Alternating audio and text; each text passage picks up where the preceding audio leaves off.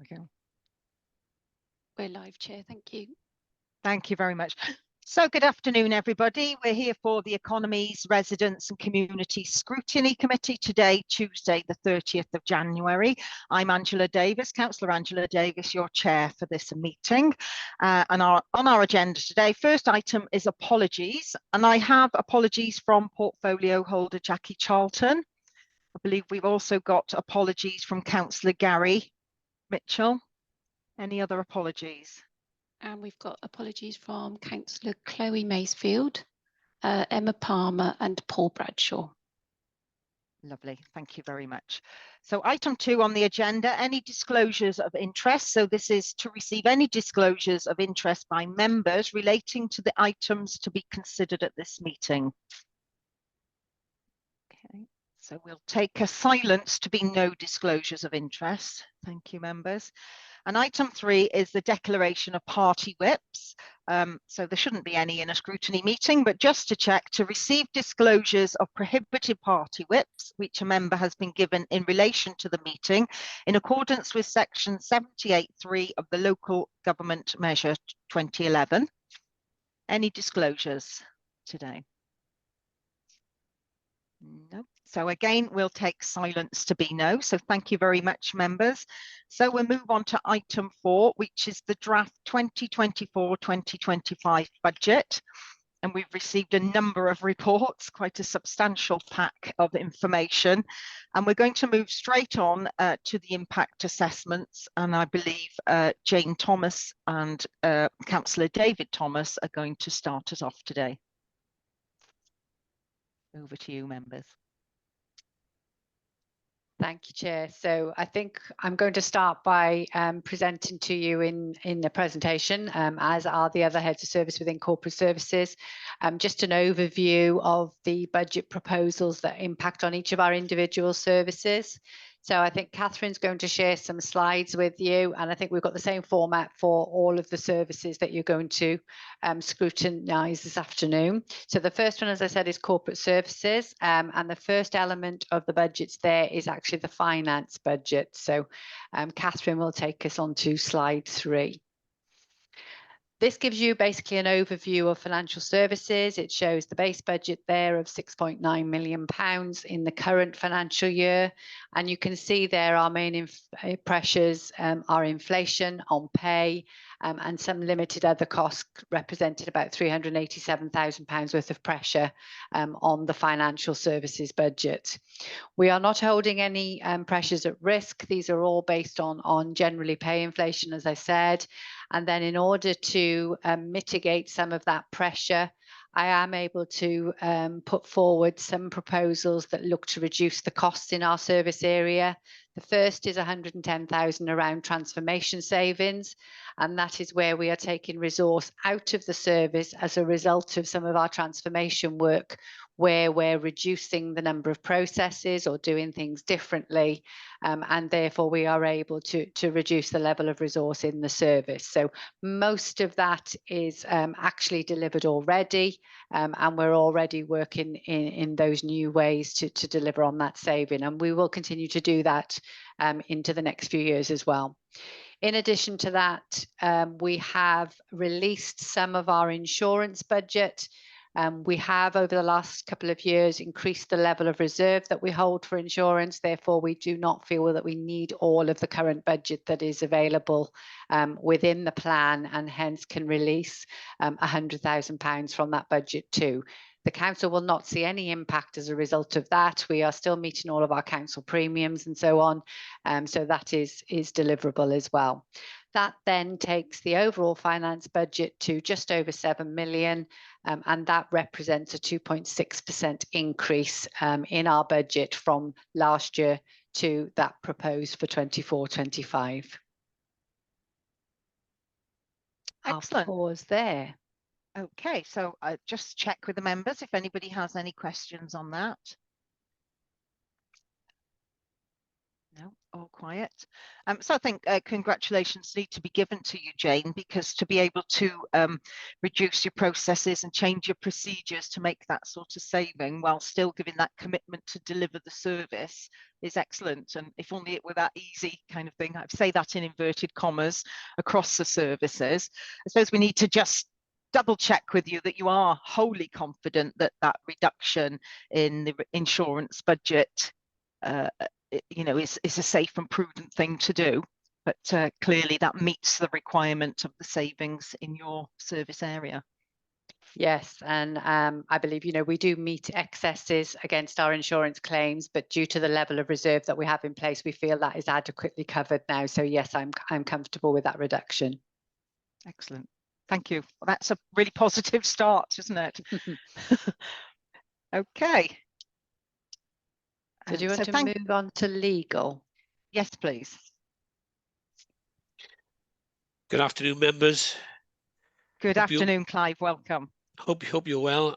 You'll see from the slide in front of you that the legal budget, which also includes elections and registrars, by the way, is just called legal for the purposes of reporting, has an overall base budget of just under £1.5 million. You'll see that there are pressures in the budget this year or next year for £205,000, which is a 13.7% pressure on the base budget. This is largely due to inflationary pressures on pay, but there's also a pressure of £133,000 on the coroner's budget. Members will be aware that Powys has its coroner service delivered to it by RCT, and RCT delivers a service on behalf of 6 authorities, including Powys, RCT, Bridgend, Merthyr, Vale of Glamorgan and Cardiff. Members, the budget for the coroner service has gone up ostensibly because of increased volumes of activity within the coroner service, which is regrettable, and an increased number of jury hearings as well. To date, up until December of 39, there were 39. So up to December of last year, there were 39 jury hearings, and it's anticipated that that's going to increase year on year going forward. So there's a huge pressure on the budget because of that. Members will see also from the slide in front of you that we're able to make some contribution to those pressures this year with a £60,000 increase in the fees that we anticipate getting from the registrar's service. And in addition to that, there's a one-off and 1 year only removal of the £35,000 contribution, which we make on an annual basis to the county elections reserve. In essence, members, what we do, we usually put away £35,000 for 5 years, which will fund the local elections at the end of that 5-year period. We think that this year and next year we can do without making that contribution, and hence we can make a contribution of £95,000 to that. I can say that the pressure insofar as the coroner's service will be paid for if it arrives from the risk budget. Okay. Thank you very much for that, Clive. So again, open to members, any questions? I think there's no hands up there, so that's probably self-explanatory. But just a curious, the coroner's budget, I'm guessing with the county's sort of ageing population that there's going to be a natural increase, how to put that sensitively, in that cost. And yeah, you would think that, but we actually pay for it in terms of the population, not in terms of the elderly. It's dealt with on a per capita basis. Right. Okay, I see. And you said that there's an increase in fees is going to, with the registrars, to help offset that cost. So is that a sort of cost recovery service? No, charge what it costs. We are getting really close to, and very, very close to having full cost recovery now, and in getting to full cost recovery, that gives us an extra £60,000. Yeah. Okay. I mean, because there's always that balance, isn't there, about not overcharging our residents, but equally these services have to be paid for somehow, isn't it? It's that delicate balance. Thank you, Chair. In terms of the Registrar's Services, members might be interested to know that there is no budget for the Registrar's Service. It must wipe its feet, so to speak. So Right. we have to make these increases in order to do that. Okay, thank you for that explanation. Thank you very much, Clive. Councillor Rafe has got his hand up. Thank you, Chair. I'd just be grateful if Clive could confirm. So is the increase to the budget 205,000 or 110? So is it that 205 figure or 205 minus the 95? Sorry, Councillor Rafe. So I'm just reading this. So your pressures on the budget total 205,000. So yes, is the budget going to be increased by 205,000 or 205,000 minus less the than 95,000 yes, saving? absolutely. So and the contribution towards the increased costs of coroners will only be payable from the risk budget if it actually arrives. We're anticipating that from the information which we've been given by RCT. Okay, thanks for confirming. Thank you, Councillor Rafe. Thank you, Rafe. Okay, so there's no other hands up, Jane, so if you want to continue. Okay, afternoon, members. I'll pick up this one if that's okay, Di. Okay, so the digital economy budget, and that covers IT, digital, information, governance, customer services, and the economy team. We had the base budget of just under shy of 6.4. The pressures that we had totaled 386. That was on inflation and pay and other costs. We've got two pressures that we identified that we're holding at risk at the moment. These were with regards to our Azure cloud consumption of 100,000, and with a difference in our Microsoft kind of licensing from E3 to E5, which would have cost us an extra 150,000. So those are the two kind of pressures we're holding at risk at the moment. The cost reductions that we've identified for next year, we've got a cost reduction of 7,000 in the information compliance team, and this was due to a restructure that happened a couple of months ago. We've released £100,000 in the regeneration strategy funding that we held on this year, but we're not going to be spending that now. We've identified 50,000 in the restructure that happened in the digital services last year, so we're offering that up. We've done a lengthy piece of work looking at the service and in trying to see if we can maximise grants and transformation bids. So we've identified 156,000 there, where we've been able to fund base staff from alternative funding pots. We have identified £41,000 saving in staff costs in the regeneration team. This was inflation, but we actually received that inflation as part of the grant, so we can release that. We've identified £79,000 in terms of reducing the economy events function and budget. So there was a small budget with this, and the function that's been identified and agreed that can also be offered up. And the final saving is a 10,000 saving, which is scaling down our postage from first class to second class. So the final budget then for 24-25 is just shy of 6.3, so it's less 1.5. Okay, thank you very much, Ellen, for that. And again, members, I'm over to you if you have any questions for Ellen. Okay, no, I think members are happy with that, Ellen. So okay, thank you. Thank you very much. Okay, so where are we going next? Thank you, Chair. I'll take you through this slide if that's okay. Lovely, Jenny. Thank you very much. Thank you. Good afternoon, everyone. So this is the community development budget, and the base budget for 24-25, as you can see there, is around 6.7 million. The pressures we have is the inflation on pay and other associated costs, including contracts, totaling 582,000.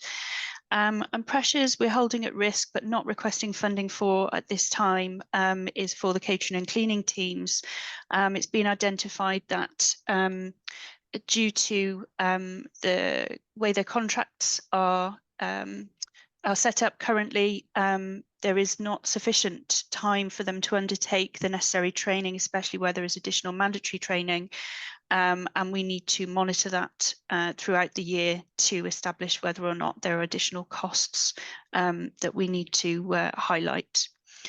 So in terms of the cost reductions built in for the next financial year, at the top there you will see associated with Freedom Leisure. I'm sure many will recall that in December 22, it was highlighted that due to external factors that affected the whole of the UK and actually globally, utility costs and cost of energy increased significantly to unprecedented levels, and there is an additional 1.1 million added to the budget due to Freedom Leisure managing their energy contracts, fixing energy contracts, housekeeping, and some energy saving measures. They have confirmed that that additional funding is not required, so that now has been put forward as a saving.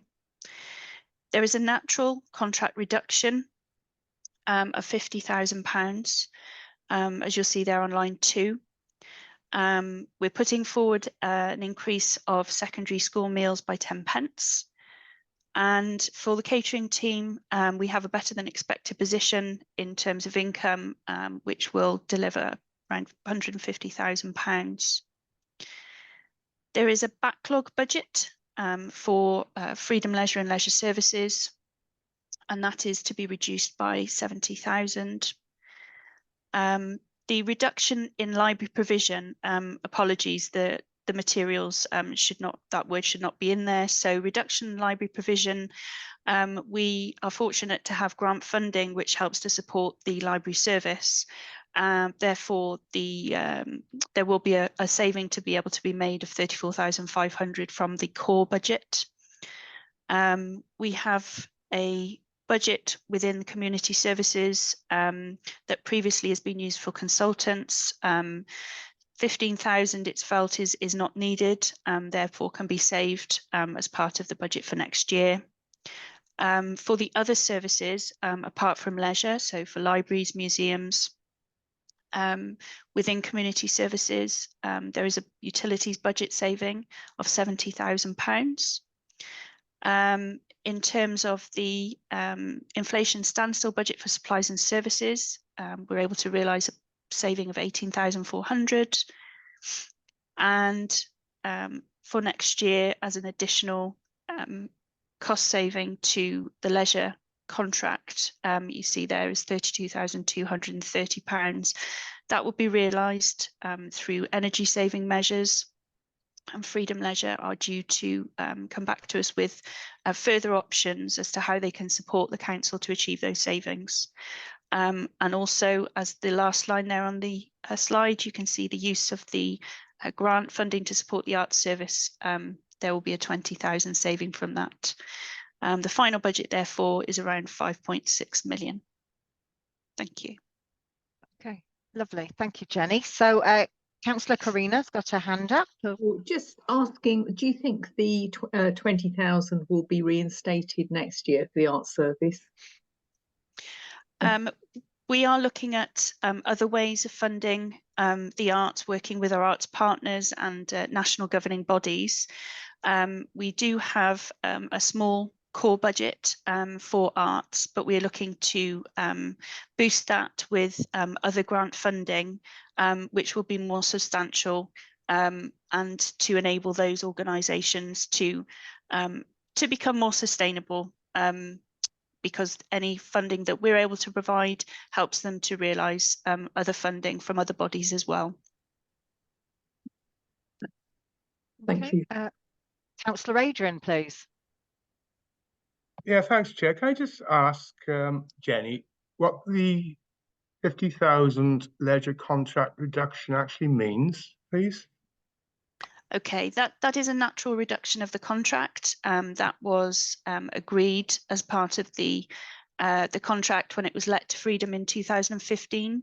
So year on year, there is a reduction of the leisure contract. Okay, thanks. Thank you. Okay. Okay. Councillor Carl. Thank you, Chair. Jenny, with these budget reductions, can you give assurances that no leisure centre will close for the rest of this term? Meaning this term of office, the next 3 years. This won't have an impact on that. So the budget that you can see on the slides here for the next financial year, the reductions that we need to make will be realised through some of the energy saving projects that we have within the leisure centres. Any further reductions that may need to be made will be in line with the place-based planning, that which you know, is still being worked through. I can see Diane wants to come in, so Certainly. Okay, Diane, yes, happy for you to come in there. Yeah, I'd just like to say that any changes in service provision are obviously a political decision as well, so not really answerable by Jenny at this time, but all part of the leisure services review and sustainable Paris, and any changes that are made will be coming to scrutiny as part of that process. Thank you. Thank you, Diane. No, I was just thinking, obviously joined up thinking with the other departments, whether this would have a compound bearing on how you see services going forward. That was really where my question lied. So I was just wondering, had different departments lined up to recognise these reductions in the service, financial reductions, would that have a compound bearing on the service going forward, and therefore result inadvertently in a year, 2 years, 3 years time of maybe having to look at reducing leisure centre provision in Paris?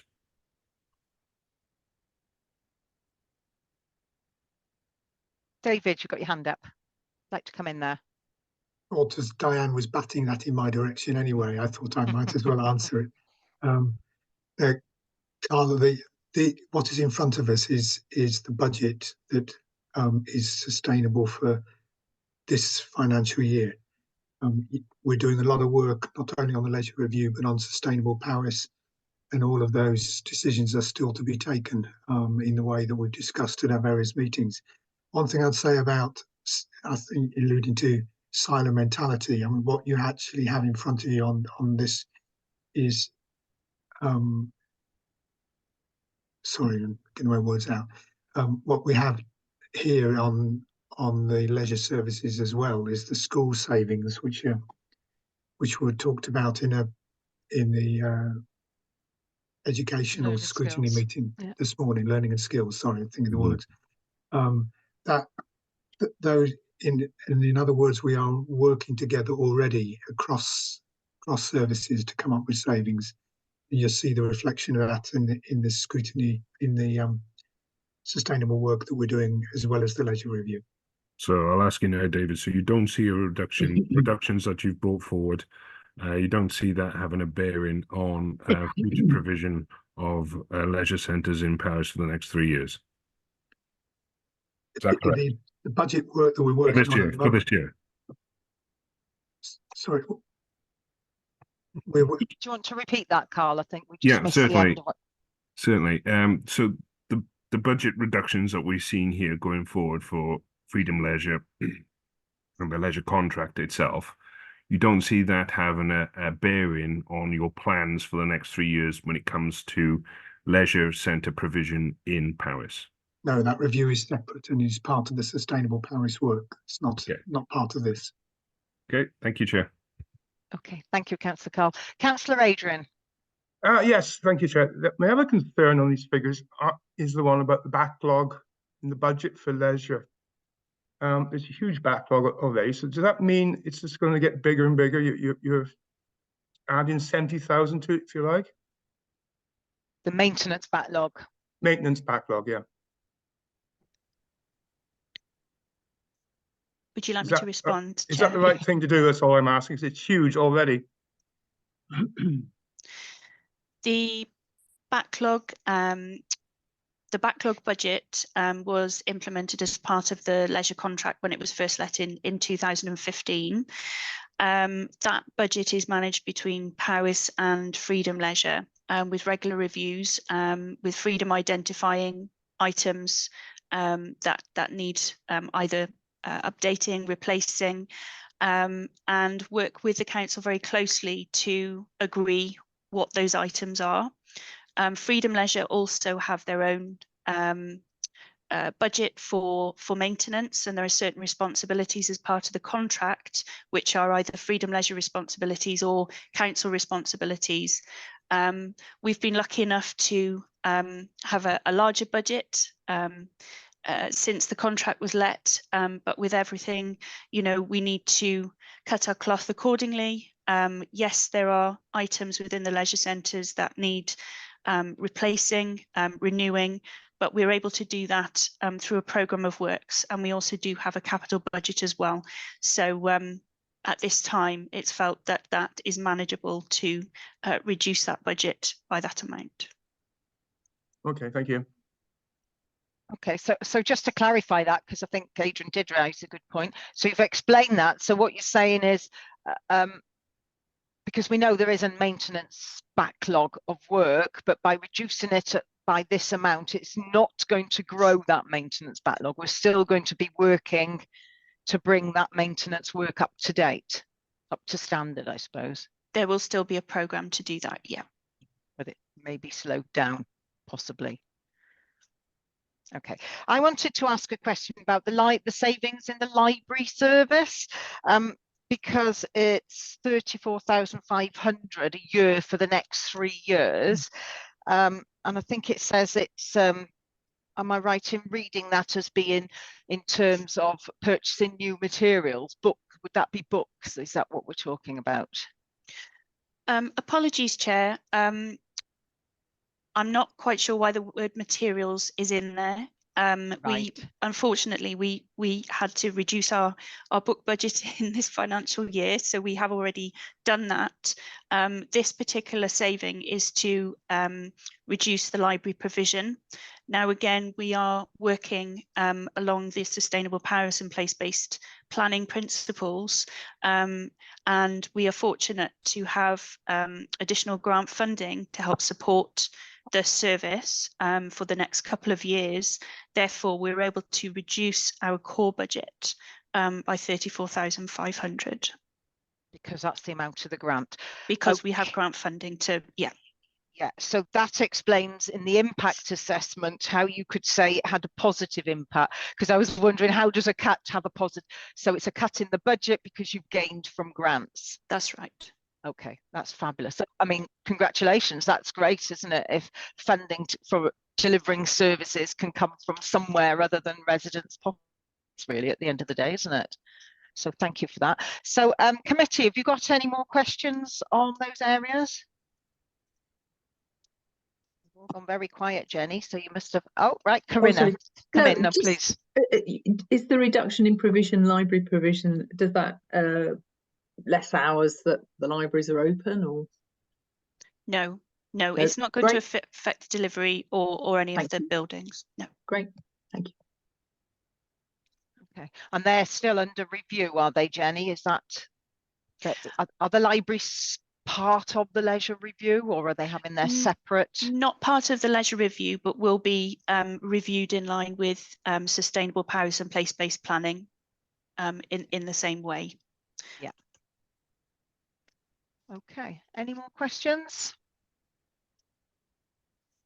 Okay, I think members are happy with that then. Thank you very much for going through those, Jenny. Thank you very much. Thank you, Chair. So, workforce now. Thank you, Chair.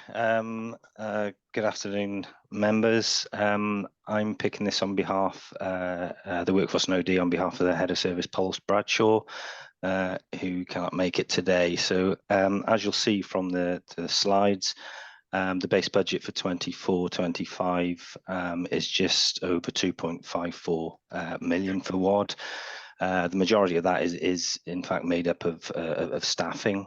There are pressures as a result of inflation and play and on pay and other costs totaling 198,000. And we do hold, as the slide suggests, risk pressures we're holding at risk and not requested funding for about £10,000, which we tend to cover from any underspend on vacancies or anything, and that relates to council-wide recruitment activities such as the recent directors recruitment campaign. Having discussed this and looked at all areas quite thoroughly, and in discussion with other services and the chief executive, to support the council's change programme over the next couple of years, we're not proposing to reduce any budget other than or cost reduction other than the travel efficiency, which is I appreciate a small amount of 5,000 on an already small budget because of the way in which we utilise Teams, etc. So the final budget for 24-25 is proposed to be 2.737 million. Thank you. Okay, thank you very much, Graham. Thank you for that. So members, any questions on that? I'm guessing, Graham, that the use of online meetings as we are today has been an invaluable help for you. It certainly has, yes. Yeah, in both travel time and travel mileage costs. Yeah. Okay, so that's been the main saving for the service, and I understand there have been a number of posts across the council that were vacant and now are not going to be filled. So does that reflect in your budget, or does that then go to each service area's budget? Which posts? Well, generally, if there are any, that would be a recognised saving for each service area. So I'm just wondering how that would reflect. Is it in terms of you don't need a recruitment drive or something like that? Would there be a saving for your department? It's not a saving as such. If obviously it depends on turnover of staff, that does, and any corporate council-wide recruitment campaigns. But at the moment, we tend to be picking that up from vacancies, and if that does obviously arise again, it's a pressure that we look to absorb each year, depending on how much it arises. So you feel this is totally manageable for your service area? Correct. And you're confident, yes. There's no impact on the delivery. No. Excellent. Well, that's great news. Thank you very much, Graham. Thanks a lot. Okay. So next, transformation and democratic services. Yeah, afternoon, members. So as you can see on screen, we're going through a similar process for all services. So yeah, our base budget for next year is just shy of 3.9 million. So this includes sort of democratic services, which is cabinet, member support, scrutiny functions, and obviously all of the members, 68 pay, etc. as well. And it also includes strategic planning, business intelligence, communications, and the PAs as well. So we do cover, we're quite small, but we cover a variety of areas. So in terms of pressures, we've got the usual inflation on pay that everybody has had. So that totals 170,000 for next year. And we've also got an additional pressure that we've recruited one FTE extra in terms of translator, but we've actually got 2 part-time people covering that due to increased demand for simultaneous translation, all of those sort of things to ensure that we are compliant with the Welsh language standards. So that's something that we've taken on and sort of absorbed ourselves. So in terms of cost reductions for next year, we've got a standstill on budgets for Sustainable Paris there, and we've also got a reduction in members' travel. So that's from 42,000 down to 22,000, as you can see on screen. And it's just to note really that year to date we're well within that as members, due to the fact that you're now hybrid and most are online. We're nowhere near the 20,000, so I can assure you that that is a safe figure to have. So in terms of the final budget then for next year, with that taken into account, we would be looking at a 4.4% increase, managing that extra role as well. Thank you. Okay, lovely. So I'll wait for members. Oh, Councillor Carl has put his hand up, so please come in, Carl. Thank you, Chair. What we've got here, 34, just over 34,000 Savings, I just find it quite poor that we could only find that amount out of 3.8 million, really. Sorry. No, carry on, sorry. And obviously, staff travel budget, I think you'll find out it's going to go up. Now we've got the canteen open and people are more encouraged to come into County Hall. The councillors are seeing the benefit of having face-to-face discussions outside of the chamber and what that can lead to with maybe members from different parties and working collaboratively together. So I think that looking at a reduction in members' travel budget might be a false economy on that one.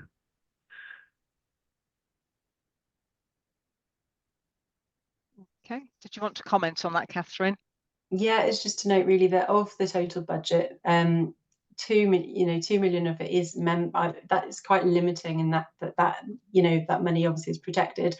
The rest of it, when we've looked across the board, we've got about 42 staff, and most of it is staffing, but they cover such areas. Actually, we can't reduce any more, otherwise we wouldn't actually be able to run that service. Yeah, Okay. so it's people costs really more than anything else. Yeah. So I was sorry, Carl, had you finished? No, I finished. Sorry, Chair. That's a legacy hand. Apologies. So I was just intrigued as to what would be a standstill budget on supplies and services. So could you give an example of what might fall in there? What sort of things? Yeah, so Jane, correct me if I'm wrong, but it's when you have increases in things such, like everything's going up. So our Power BI contract, other contracts that we have for Public Eye, Zoom, etc., to host these meetings, everything's going up. And so that sort of money there, contracts, etc., have gone up, I think, around 10%. So we've absorbed that increase within our existing budget. So it's sort of those sort of memberships day-to-day to those, to run everything that we have in order to sort of work as we do. Okay. Jane, you put your hand up there. Did you want to come in? Yeah, I just wanted to pick up on the level of savings being put forward by this service. I think, Catherine, when we originally looked at the budget, and Catherine herself looked at it, there were further proposals. But after really challenging the service around particularly how we're going to deliver on sustainable powers and the support that we'll need from corporate services to deliver on that, it was felt it was not appropriate to make further reductions across these services at this point in time. So I just wanted to point out that fact, really. Councillor Carl, you got your hand back up. Thanks for letting me come back in, Chair. I just want to ask Catherine, what do the staff actually do there? What's their day-to-day role, and are they actually statutory at all? Which staff? So we've got people obviously covering Welsh translation, your cabinet, support scrutiny people here. You've got strategic planning that we have to do as an organisation. Business intelligence is obviously what provides us with the insight that enables us to plan effectively now and for the future. And then a Welsh language officer. So yeah, the majority is statutory. What parts aren't statutory, please? I'd say communications and business intelligence. Could that be done by another department or other staff members to find further reductions? I'd say no. Okay, thank you, Chair. Okay, thank you. Thank you, Catherine. Okay, there's no more hands up there, so thank you very much, Catherine. Okay, what's our next section? Okay, lovely, thank you. So that covers everything, I think, Diane, under your sort of section, and we can move on now to Matt. Okay, thank you, Chair. If I just share my screen. Thank you very much.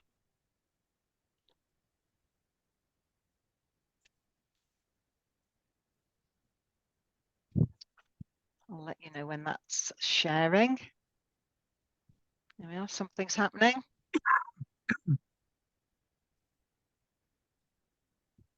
There we are. We've got your slideshow up there. Thank you. Okay, thank you, Chair. Is that, sorry, is that shared now? Sorry. Yep, full screen. Yep. Okay. On the first So, page. So this presentation is going to look at property planning and public protection first. So if it's okay, Jay, we'll go through that one, then take questions if that's okay, and then obviously then on to HTR. Perfect. So the base budget for property planning and public protection is 6.6 million. And then in terms of pressures, we've got inflation on pay and other costs. Gwilym can cover some of this, but we've put in some pressures around staffing, particularly within Gwilym's regulatory side of things, just to ensure that he's got that resilience going forward. And then in terms of cost reductions, the total cost reductions are 280,000, and they consist of increasing cemetery fees to full cost recovery, so it's making sure that we cover all our costs, reduce cleaning frequency within corporate buildings, reduce the gas budget, increase commercial estate income, reduce business rates via appeal process. So this is including appeals made in 22-23. Remove the flagpoles from some council buildings, and it's just a note that obviously we need to consider obviously any listed buildings that are flagpoles within that remit. Reduce PAT testing, so we're still complying, but it's just reducing the testing requirements. And then the last one then is disposing of the Gwalior office. So as you'll see, it totals 280,000. The final budget for 24-25 is 6.8 million. So essentially we're 167,000 over. So it's an increase of 2.5% then, Chair. So is there any questions on that slide? Okay, I'll open up. Yes, Councillor Coroner. You're on mute, Coroner, sorry. Sorry. Just about the Gwalior office, is it 30,000 a year rent you're going to get from it, or I didn't understand. Yeah, so if I could bring Gwilym on this, if possible, Chair. Yeah, please do. Welcome, Gwilym. In relation to the Gwalior, we would make savings on the running costs if we do dispose of the Gwalior within the year. So at the moment, it costs us around the 250,000 to run the Gwalior. So if we do dispose of it within that year, we'll make at least 30,000 this year, and then further savings going forward. I'm hopeful of. Sorry, 250 just in running the Gwalior. In running the Gwalior, Yeah. yes. Okay, I'm sorry, so it's just 30, you're going to say 30,000 by getting rid of a proportion, the responsibility for a proportion of it. If I understood It is a correctly. proportion, but if you are closing a part of a building and relocating staff, there are going to be costs associated with that. So although we might make a certain more than 30,000 savings this year, we have to spend money to relocate staff to County Hall. So that's why I'm proposing further savings in future years while we do that movement from the Gwalior to County Hall or other provision. Thank you. And can I just check then, you didn't factor in a value on the property on the basis that it's not actually sold? Is that the thinking? The building's not sold at the moment. The thing with the Gwalior and the fact it's a listed building, we have got a duty to look after it. So capital receipt value over on the Gwalior. If we find the right partner, then I think it's a legacy element there. There are also quite a lot of costs associated with the Gwalior, maintenance liabilities. So I wouldn't have thought any capital receipt would be substantial. I think it's getting on towards the zero kind of value. Okay. Councillor Carl, you have your hand up. Thank you, Chair. Just looking at the flagpoles outside council buildings. As a passionately patriotic Welshman, I find that very difficult to swallow, really. Are we saying that we're not going to fly the Welsh flag outside our buildings anymore? With regards to the buildings, most of the flagpoles are at school buildings. Generally, we have got a few at the offices, mainly County Hall, the Gwalior, as well. So we will be looking to retain the ones at County Hall, but the others we'll be looking to remove in order to save the inspection costs, but also the maintenance costs that are associated with that, with the remedial works required to undertake that, make sure that they're health and safety compliant. Okay, well, I hope the education department then reaffirms what it is to be a Welsh person in Wales, and lessons are taught over that. Thank you very much, Chair. Thank you very much, Gwilym. Okay, thank you. So can I ask a question about the cemetery fees to full cost recovery? So am I to assume that at the moment the council doesn't charge the full cost of an actual, is that the burial, or what are we talking about? At the moment, we're around 10% away from being full cost recovery for the cemeteries. So we are looking to increase the fees, which is in the agenda pack. I don't know what page, I'm sorry, off the top of my head, by 10% in order to move towards cost recovery.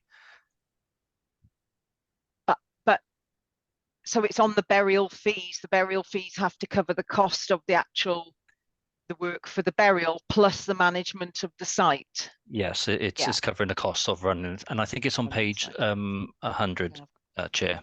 Yeah, that's I think.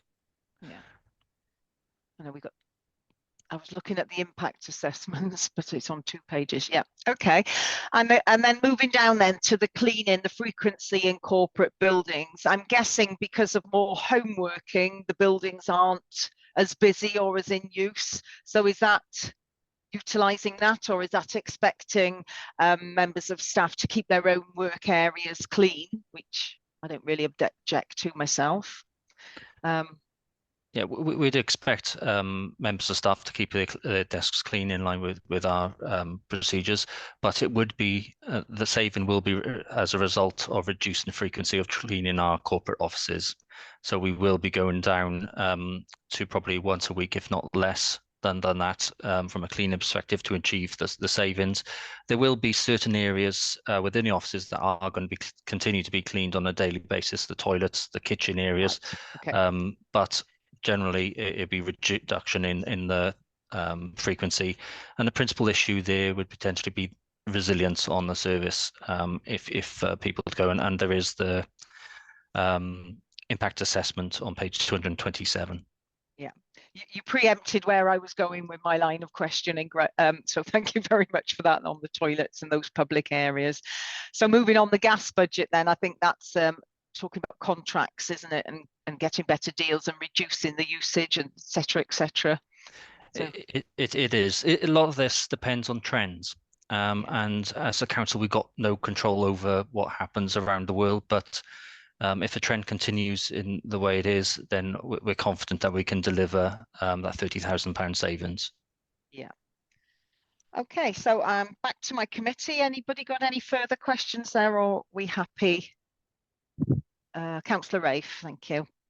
Thank you, Chair. I'm just keen to understand how what's proposed to increase the commercial estate income, whether there are any specific initiatives associated with that, or whether it's just a general aim across the estate.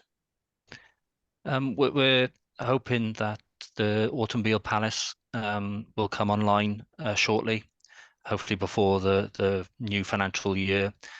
We're aware of a lot of interest in that building, taking on the commercial lets, and we're hopeful that it will achieve the £25,000 in its own right.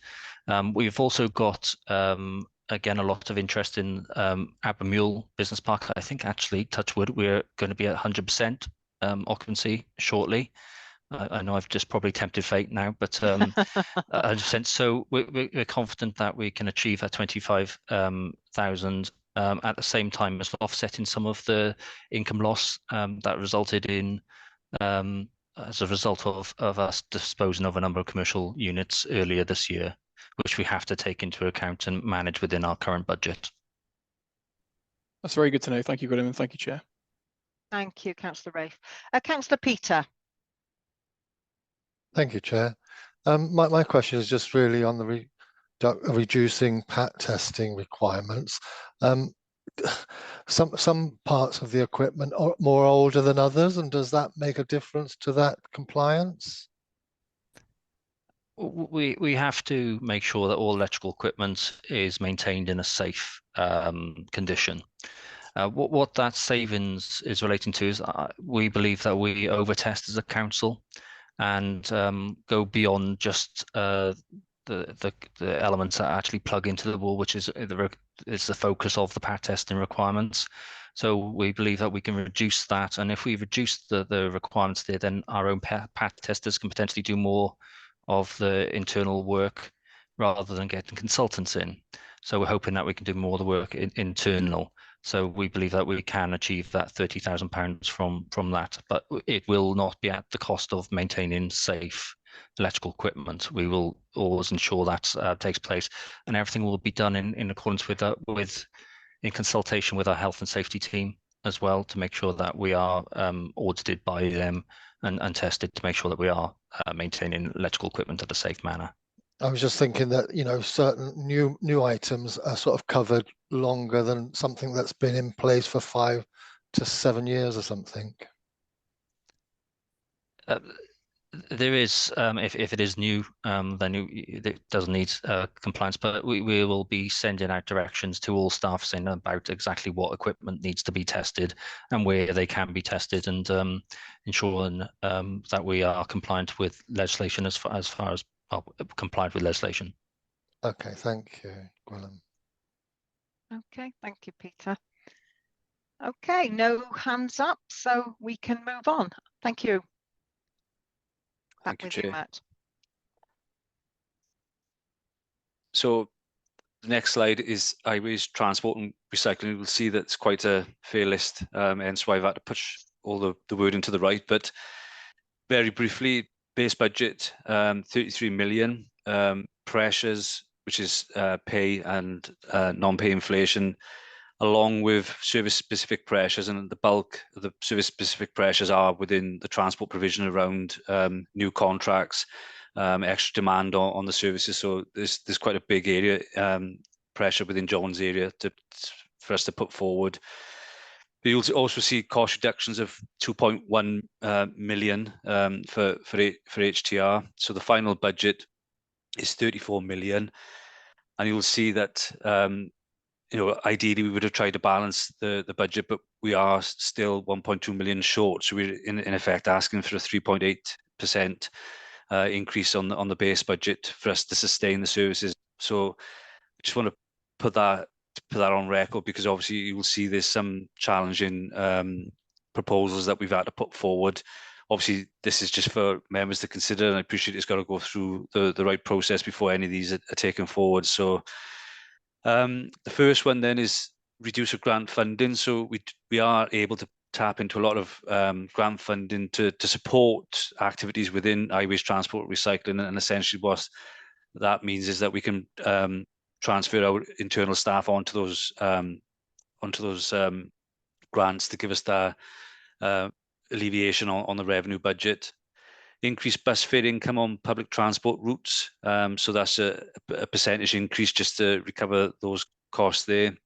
Increasing contributions from cross-boundary councils. So we currently recharge Shropshire and Carmarthenshire in terms of the input into the transport service, and that's basically covering that. Well, the 10,000 would result as a result of that increased charge. Street lighting growth. So back in 23-24, we had an increase in our pressures due to the fact that energy prices had risen quite high.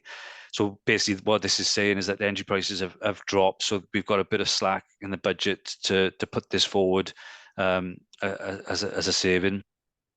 We've also got street lighting, part night dimming. So this is an ongoing program, and you'll see this 43,000 for 24-25, and then there's an ongoing 25k then as a result of introducing the LED program. Reduce frequency of grass cutting and verge maintenance, and just to be clear on this one, it is grass. We are reducing the number of cuts of grass cutting, but it will also include the maintenance of trees as well. Obviously, we've got a duty to ensure safety areas, roundabouts, junctions are visible, but essentially we are reducing the frequency. The positive, obviously, of that is the biodiversity increase, but it's just making members aware of the number of cuts that we are reducing by. Remove growth budget awarded in previous years for ditching. So back about 4 or 5 years ago, we had an uplift for ditching works, and I'm sure you all as members are seeing the positive impact that's having. So the 100,000 is a slight reduction. There's still well, the uplift was 500,000, so we've still, and plus we had a base budget of around about 600k, so there's still roughly just short of £1 million that we've got for ditching, but that's obviously for the old borough. The 100,000 will mean some reduction, but we've made a point of making sure that any ditching works are prioritised where their properties, so they don't get flooded. But it is what a proposal that we have put forward. Review the HWRC contract to introduce charges for DIY waste and disposal. So essentially, this is looking at charging for the sort of large DIY waste, so essentially stuff that would generally go into a skip that an household would have. It's that type of, so we're not talking small DIY, this is large sort of industrial DIY waste that's potentially coming in. And then a booking system as well, which will help streamline the flow of residents coming in, but also assisting us at identifying any residents that don't live in Powys that are coming in to the HWRC. And you'll see there's a 100k for 24-25, and then 300k for 25-26. Bulk residual waste at the north. So this is bulking residual waste at the Abermule bulking facility. So this was put forward, and going back to my earlier point around the pressures, and I spoke last year within scrutiny that that we would focus purely on recycling. This has again come forward far further than we originally thought, purely because how difficult the budget has been this year. As you're all aware, probably that we're paying a third party contractor to bulk this waste for us at the moment. It's within the permit that we can accept residual waste, but as part of that process, we would have to consider, or we would need to discuss with internal planning around sort of taking residual waste there. So it's just to give some context around that particular one. Increase green waste collection charges by £10, so that's 156k. Increase trade waste prices by 10% from the 1st of April. Recycling income aligned to actual recovery. So we've done quite well, and again, a lot of this is based on trends, but at the moment, recycling income is doing quite well. So we felt that there was 100k within the budget that we could use for savings, which wouldn't be at detriment then to the HTR budget. Same for the sustainable waste grant, where we'd assumed we'd had a greater reduction, so we were able to utilise the 111k there. Remove cardboard banks from the 1st of September. So just to be aware, we are the only authority in Wales that provide cardboard banks at the moment. We know that a lot of it is being used by commercial businesses. So again, that cardboard waste should be picked up as part of a commercial recycling contract. So the intention is, subject to council approval, that the banks will be removed for cardboard going forward. Retain car park charges. So just to be clear here, this is keeping the car park charges as they are, but just to be clear, we are obviously going through a car park review, which many of you are part of. If this goes through, and then as part of the car park review, the report comes to Cabinet, which says, or potentially offers options which Cabinet may or may not approve, but depending on what those options are, if it is below that 392, then we would have to manage that through the risk budget or through environment, through other services within HTR to cover that cost. So just want to make it clear that we haven't made there is a decision here to be made, but essentially that's running in parallel with the car park review. So anything that comes from the car park review will impact on that. So just to be clear, Chair, that this is coming before the review is being finalised. So, but we can mitigate that by using the risk budget. Introduce blue badge charges in car parks. So again, this at the moment, if you've got a blue badge, you don't pay for car park charges. And this is essentially saying that they would get charged, but as part of the, and you'll see on the impact assessment, we are suggesting that if they pay for an hour, they get an extra hour free then as part of that condition. Similarly, if they pay for 3, they'll get the extra hour, which takes them up to 4 hours. So again, that's another proposal. And then streetworks income aligned to actual recovery costs, very similar to the recycling income, which we do generate a lot of income through streetworks, which is a full credit to the team. Excellent work there, and we were able then to utilize that as a potential saving. So yeah, Chair. So the total savings is 2.12 million, and that's the proposals for 24-25. Thank you. Thank you, Matt. That was quite a marathon, wasn't it? So I open the floor to members if they've got any questions. Councillor Carl, you were first there. Thank you, Chair. There's quite a lot of information there, as we've just seen. I do have concerns around the grass cutting.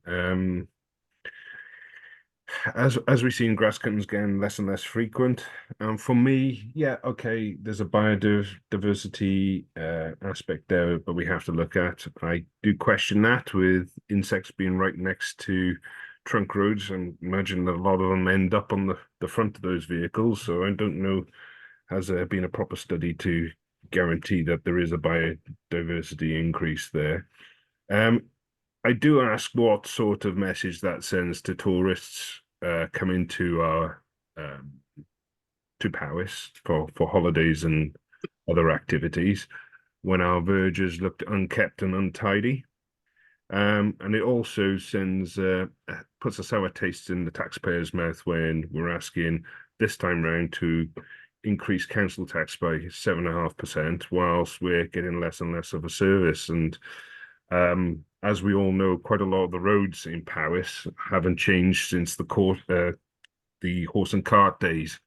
And when we're asking for grasses to be left and verges to be uncut, there is an increase there for or a question to be asked around road safety, especially around junctions. I know that there is mitigating factors of that, you know, the service will cut round junctions. But we also have walkers. I notice in the report there is a proposal to cut a 1 metre splay down a footpath. But again, you know, if you're going out to do that, you might as well cut the verge while you're at it. It's false economy in my book.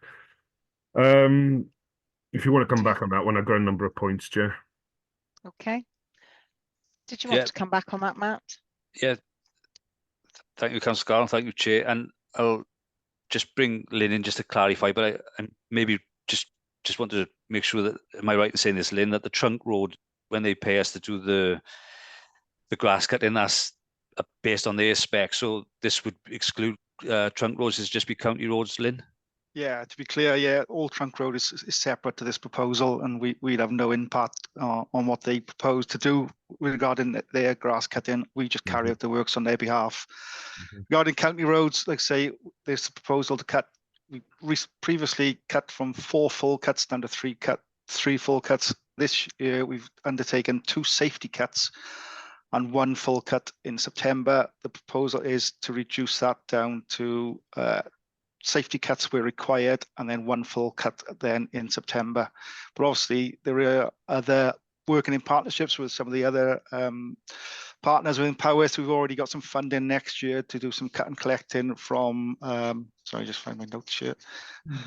From local places for nature. They've already put some funding forward for us for next year, which will offset some of these savings, so we can work with them, and that will reduce some of the saving that we need to make going forward.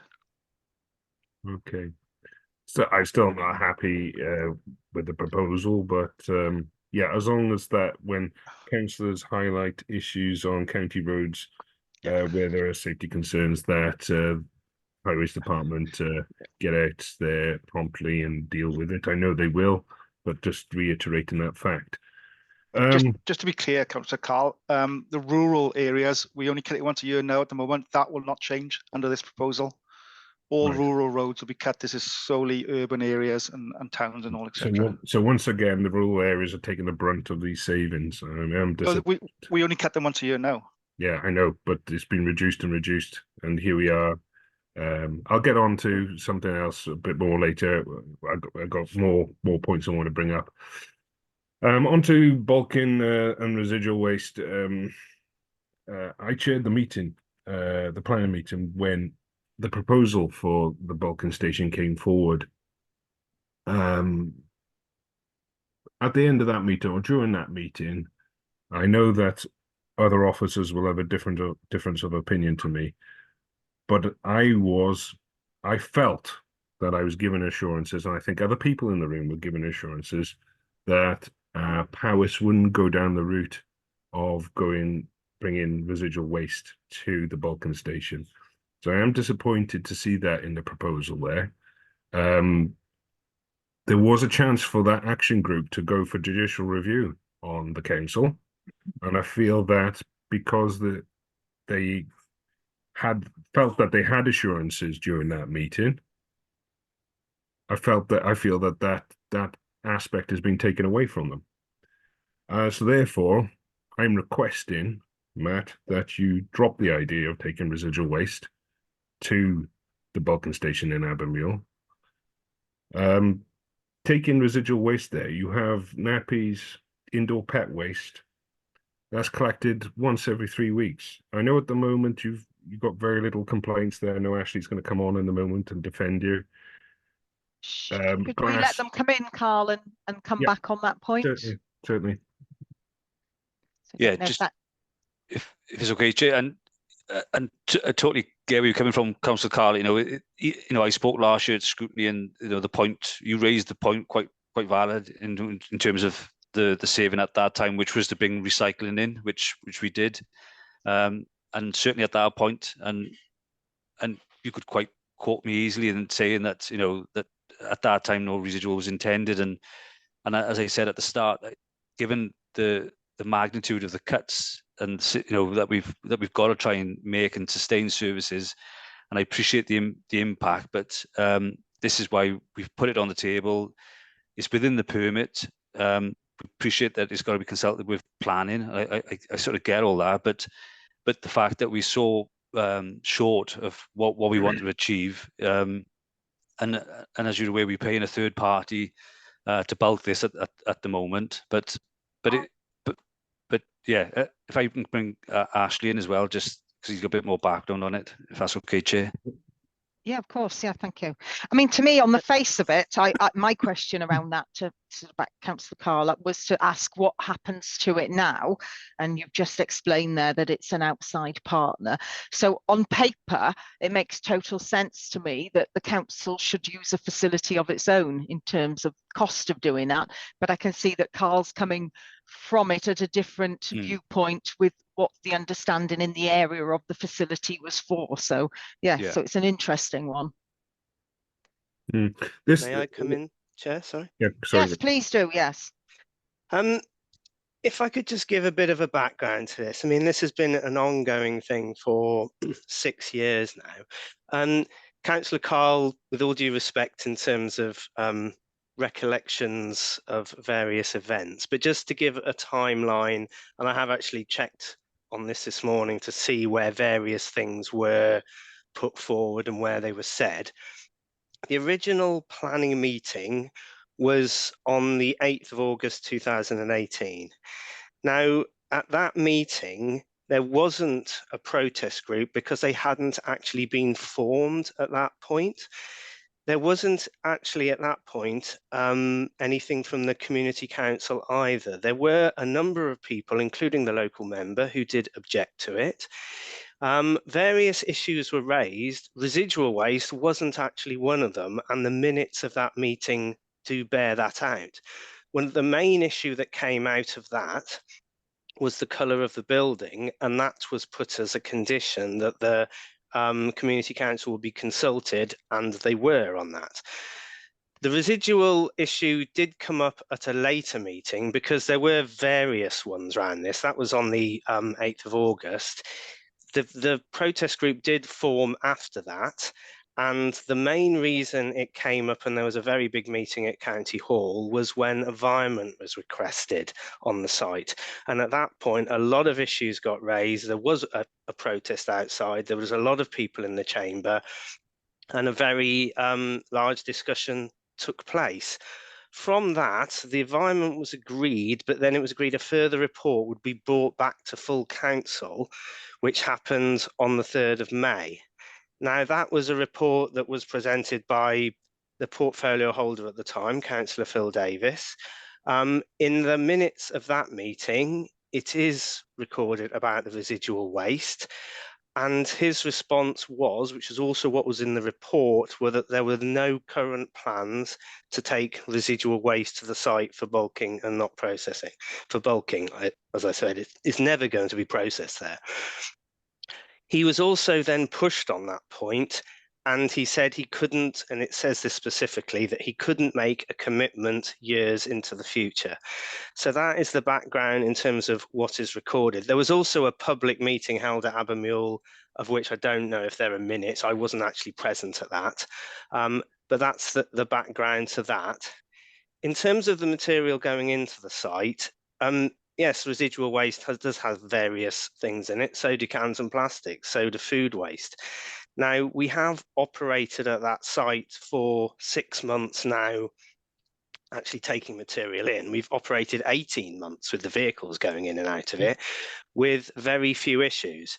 So the site has been operating like clockwork. We've not had any problems with it at all. So adding residual onto it, whilst I appreciate it that it is an issue for the community, the whole thing was an issue for the community, but I think working out of that site, we have shown that most of the fears haven't been realised. We have operated very well.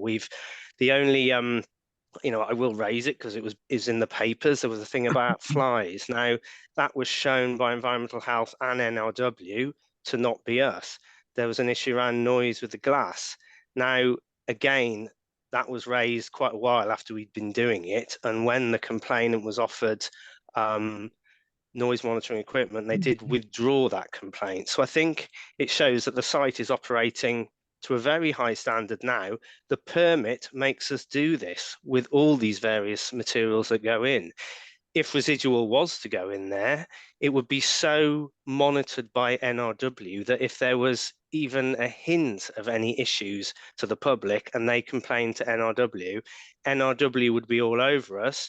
And if it was shown to be causing any nuisance, NRW would stop us doing that activity. So that's how regulated it would be. So whilst it is completely appreciated that there is a concern around it, I think we've shown with the operation of that site that we've been able to easily mitigate those concerns for residents. Thank you, Chair. Okay, thank you, Ashley. That's I think quite a positive response, and I hope that would give Councillor Carl and residents in that area some reassurance. Can I come back, please, Chair? Yeah, you can, but I am really conscious that others want to ask questions, so we'll Certainly. finish on this. Yeah, Okay. no, I'd like you to come back, Carl. That's absolutely fine. Okay. But then we'll move on to others, and perhaps you could come back in at the end if you've still got more points to raise. But come back now on that issue. Okay, yeah, sure. Thank you, Chair. With regards to the food waste that's been processed, been bulked there for the last 3 weeks, food waste is gathered, as we all know, on a weekly basis. Residual waste is gathered on 3 weekly basis, and we have all sorts of stuff in residual waste. Nappies, sometimes a bit of clinical waste slips in, or indoor pet waste is in there. So I think that handling residual waste is a total different animal to handling what recycling waste that we've already got there. The people of Powys are very good with their recycling. I know, I've seen the stuff that's produced. It's very clean. Everyone cleans their stuff out. There is no smell. But with residual waste, there is a lot of smell. Part of my outside the council, my work I do outside of the council is involved with residual waste, and I can assure you, on occasions, it does smell very pungently. So yeah, I do have concerns around that. I really do, Chair. But I'll come in at the end, like you say, with some other points. Thank you. Excellent. Thank you, Councillor Carl. Yeah, sorry, did you want to come back on that, Ashley? If I may, yes. In Yep. terms of the residual waste, now, any kind of waste, even the recyclable waste, will have an aroma. If you go into the Abermele site now, and you're very welcome now that it's up and running, people aren't quite as good at washing out all this stuff as you might imagine. So there is a residual aroma in any of the recyclables. In terms of the residual waste, it would only ever be there for like probably a day at most and over the weekend. So we're not talking about stuff being bulked up for a considerable amount of time. There would be at least 4 loads a week out, probably daily. And there's also the way it is operated at our other sites is that it's the first in, first out. So we'd actually tip in one side of a bay, and that would be what would come out first, and then we tip in the other one. So the material is stored there for a very short period of time. So it doesn't really get the chance to actually get to that level of aroma. I think, Councillor Carl, I understand the residual that you're talking about is probably the Bryn Postig site that is run near Llanidloes. Now, that's obviously a completely different beast. That's stuff that's been there for many, many years and has had the chance to decompose and all the rest of it. Now, it just will not have that option here because nothing is processed at this site now. I mean, quite often in the papers they go on it's about squashing waste before it's transported on. That doesn't even happen. It's tipped off, and exactly as it's tipped off is what it is then loaded into a Arctic vehicle for onward transport. So it is very much a transitional site. Things go in, things come out very, very quickly, and we're very much limited in what we can take in there by the permit. And if anyone's ever been in there, there's a big red line around all the bays is the maximum amount we can store in that site. So although it looks like a big shed, there's we're very limited in what we can actually store. And one last point, if I may, Chair, is when this material is loaded, because of the size of the shed, we can get an Arctic lorry into the shed, shut the doors, and all the cans and plastics is all then loaded into them now, as is everything else. So nothing is loaded outside, so it doesn't have the opportunity for any of that that material or any odour to escape. The farm opposite actually causes more odour issues than we ever do. Thank you, Chair. Okay, thank you. I mean, it may be at some point in the future that it might be useful for a site visit for members to have a look at what goes on. And I suppose, thinking out loud, this sort of pushes the agenda forward in how if we could get all of our waste as recyclable waste rather than residual waste, that we wouldn't have this problem. But I guess that's a bit of a utopia situation. But anyway, Councillor Adrian, would you like to come in now? Yes, thank you, Chair. Yes, well, I have visited the site with Ashley, and I'm sure they can cope, absolutely. But my question is, what is the actual cost on paying the third party to handle it at the moment? And where does the £50,000 saving come in? Is he just saying you can do it cheaper? And is there enough staff and resources to take the extra work on? I am supporting the idea. I think you can do it, but I'm just questioning about the saving, where it's going to come from. If you could answer that, please. And what the cost is now. Thank you, Chair. If I can come back on that point, it's 50,000 for this year and 50,000 for next year, because obviously we've got to planning authorization. Well, we need to seek planning advice and authorization on doing this.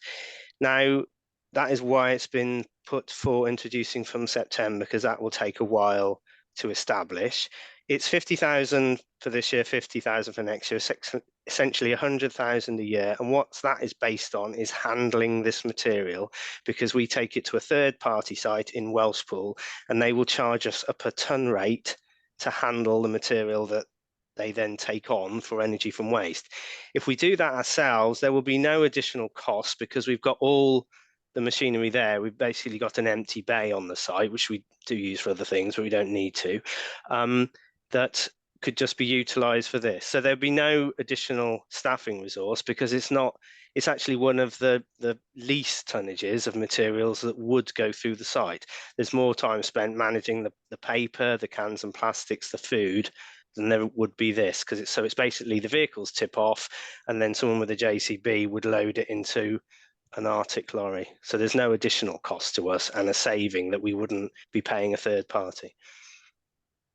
Okay, thank you. Just one other point on that, though. It says in the impact assessment that residents won't be affected with any more vehicles in and out. Well, obviously they will be, because you'll be bulking it out. So there will be some extra lorries going out each day. So that is not quite true, is it, in the impact assessment, that they won't be affected? If I may come back on that as well, there's 170 vehicle movements now. That is what went in the original planning. This would add an extra 2 per day, because it is basically the Arctic vehicle going in and the Arctic vehicle going out. And the reason for that is that the RCVs, dust carts as they used to be called, they park up there at night anyway. So at the moment they go to Welspool, tip, and then come back there. Now this would mean that they just tipped where they ended up, like all the recycling vehicles do. So it literally is 2 vehicle movements, 1 vehicle. Okay, that's fine. Thank you. Thank you, Councillor Adrian. Councillor Corinna.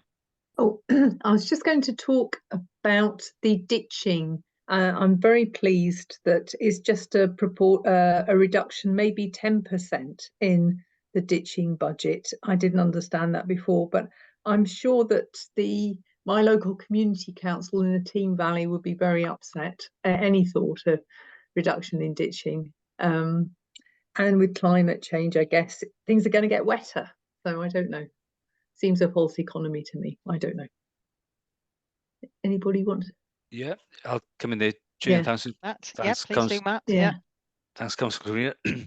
Yeah, absolutely. You know, and again, going back to the point that in an ideal, we wouldn't put any of this forward, but obviously we've got to try and look at the budget.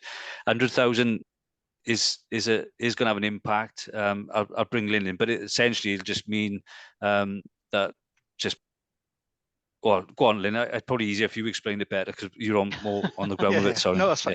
Like I say, the current reduction in 100,000 would probably come from the growth budget, which we receive every year, and that allows us to have 9 ditching gangs, external ditching gangs across the authority, across the whole of the county. So at the present, they would probably work for us for between 16 and 20 weeks, depending on what the contract states and as per the procurement of those contractors, and that would reduce maybe down to, we'd probably lose 2 weeks per year from each of those 9 gangs, or basically 18 weeks less ditching would be carried out next year. That makes sense. Thank you. Okay, right, Councillor Rafe. Thank you, Chair. It's certainly a very long list of savings, and it's clear that there's been a lot of work done by the department on this. So I thank them all for that. There's just 2 lines that I would like to make some comments on. Firstly, the increase in the bus fare income. This does concern me greatly. I believe it contradicts the whole sustainable power use model, which centres, if I'm correct in understanding, is based upon increasing public transport, increasing the accessibility to that transport, and removing barriers to access services through public transport. Our bus services are heavily underutilized when compared to other services across the country, in addition to the fact that it's some of the most vulnerable people in our communities that use those services. And so alongside the environmental aim of getting more people to use public transport, and in this case the bus service, I do think this proposal is really quite short-sighted, and certainly does not align to the sustainable power model that's being proposed. I appreciate I'm not going to get any answers on that, and some may disagree with me on that, but I think I would just like to make that point that I do not think that this is the correct thing to do. If anything, we should be removing a lot of the costs associated with our public transport, trying to incentivize people to use it. But the second line I'd just like to comment upon, which will be one that will see a large change to communities, is the HWRC contract to introduce charges and also to implement the booking system. And I just wondered what is the approach for this? Will it be done at a county-wide move, or will there be a trial done in one area? And I would just recommend and suggest that there is a trial done, because this will see quite a huge change to the way that service is delivered in communities. So I would just appreciate some comments on that, please.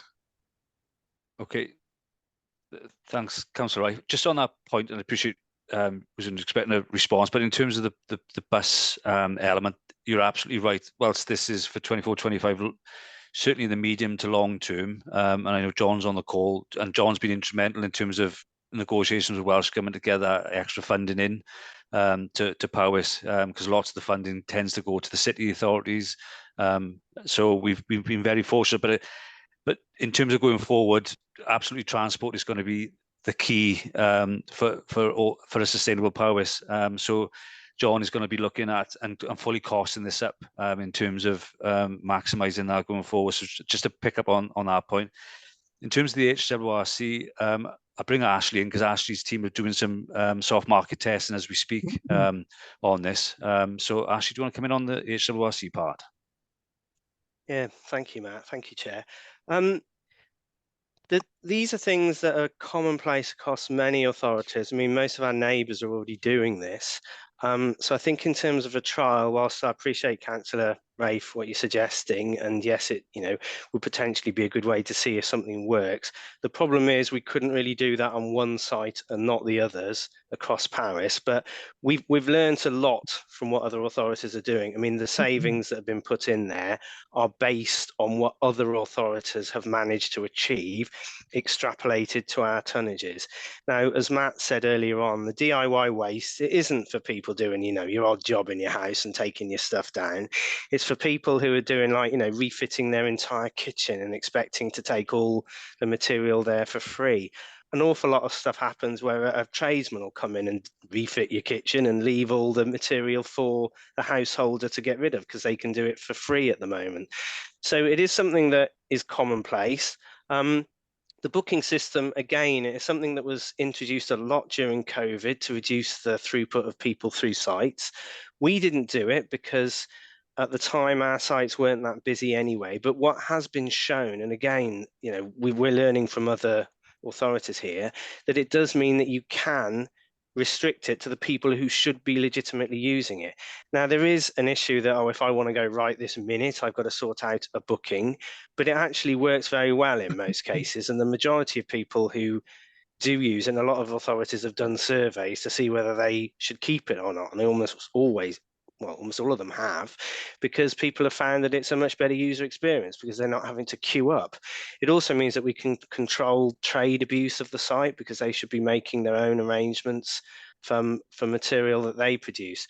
So the soft market test as well that Matt referred to is we are currently going out to the market to see what the industry would suggest, how they think it's best to do these things, because like I said, there's a lot of contractors already doing this elsewhere. So we're going to learn a lot from that in terms of how best to implement it. But we've visited other sites and seen how well it can work. So the vast majority of people won't be impacted at all with this. Well, they will with the booking system, but I think they'll find that rather than queuing for half an hour on a Sunday morning, they go straight in. And it will also prevent some people just goes to these sites because they like going, and it's quite remarkable what little they will go with. So it will mean that they're more likely to build up material before they visit sites. But like I said, we're doing a soft market test to see what the industry thinks as well in terms of how best to implement this. Thank you. Okay. Yeah, thank you. I just wanted to come in there because I have got a concern. On paper, I agree with this. As somebody said to me recently, if your neighbour was refurbishing your house, would you give them some money towards it? Obviously not, but in a way, I suppose that's what we're doing if the council is picking up that waste. But my concern is for those residents who can't get to a HWRC. I don't have one in my ward. So how do residents get these materials there? So I think there is a concern there that we need to worry about. And this one and the cardboard recycling, there is an issue there. I think we have to be concerned and flag up the issue that it may result in fly tipping. And I think we need to be really aware of that. And what can we do to mitigate against that? I think fly tipping is one of those things that, again, the perception is that people will resort to fly tipping. Very few people actually do in reality. The people who are fly tipping now probably, you know, they'll pay a man with a van, yeah, here you go, here's 50 quid, and who knows where it ends up. And that will always happen. In terms of people getting their material to the sites, that doesn't really impact on, well, this won't impact on that anyway, because I mean, if they're talking large amounts, that, you know, they would still have to get it to those sites regardless. And the booking system does mean that they're guaranteed that when they get there, they're not going to sit there for an hour and a half on a Sunday morning or whatever before they can actually gain access to the site. Okay, no, that's fair enough. And I suppose the other impact is on small businesses. Powys is made up of self-employed and small businesses. And if they can't leave that old kitchen there for the household to get, you know, it's going to add costs. So that there are challenges, aren't there, for various... There are, but that is actually illegal now for them to take that material in, because they have to have a transfer note. There are places who will take that, the JLA near Landod, near Ystrygynlys, JPR near Landod, Potters of course. But yes, if there's traders bringing in an old kitchen, then they're breaking the law anyway, because they can't legally use the sites. Right. Okay. So this is purely for householders. This is purely for householders, which is what the sites are there for. Yeah. Okay. Thank you very much. Councillor Adrian, you've got your hand up. Yes, I didn't. Thank you, Chair. I didn't get the answer to my question about how much it's actually costing at the moment to bulk with a third party. So it is quite relevant, because I think people will. 50,000, was it? No, that's a saving. What's it costing us now at the moment? That's what the cost is. Hence, that's the saving. It's the same thing essentially. It's Apologies. 50,000. Well, £100,000 a year to bulk. 100,000, yeah. Oh, right. Well, I thought it'd be a lot more. That's okay.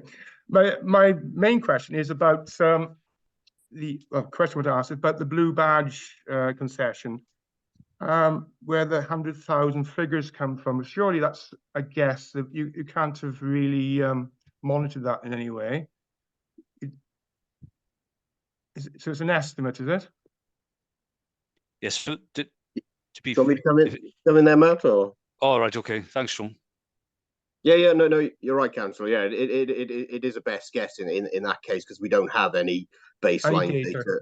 Yeah. Okay. So yeah, I mean, we did a snap survey a couple of years ago on the numbers of blue badges that were present in various car parks, and it sort of averaged around between like 10-15%. So we've sort of done a more conservative estimate, because we didn't want to overstate it really. So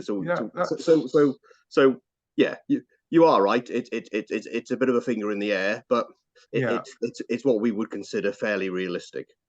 Because I think, well, as long as you're conservative, because I would say that quite a few blue badge holders don't actually realise they can get it free. They know they got the parking bay.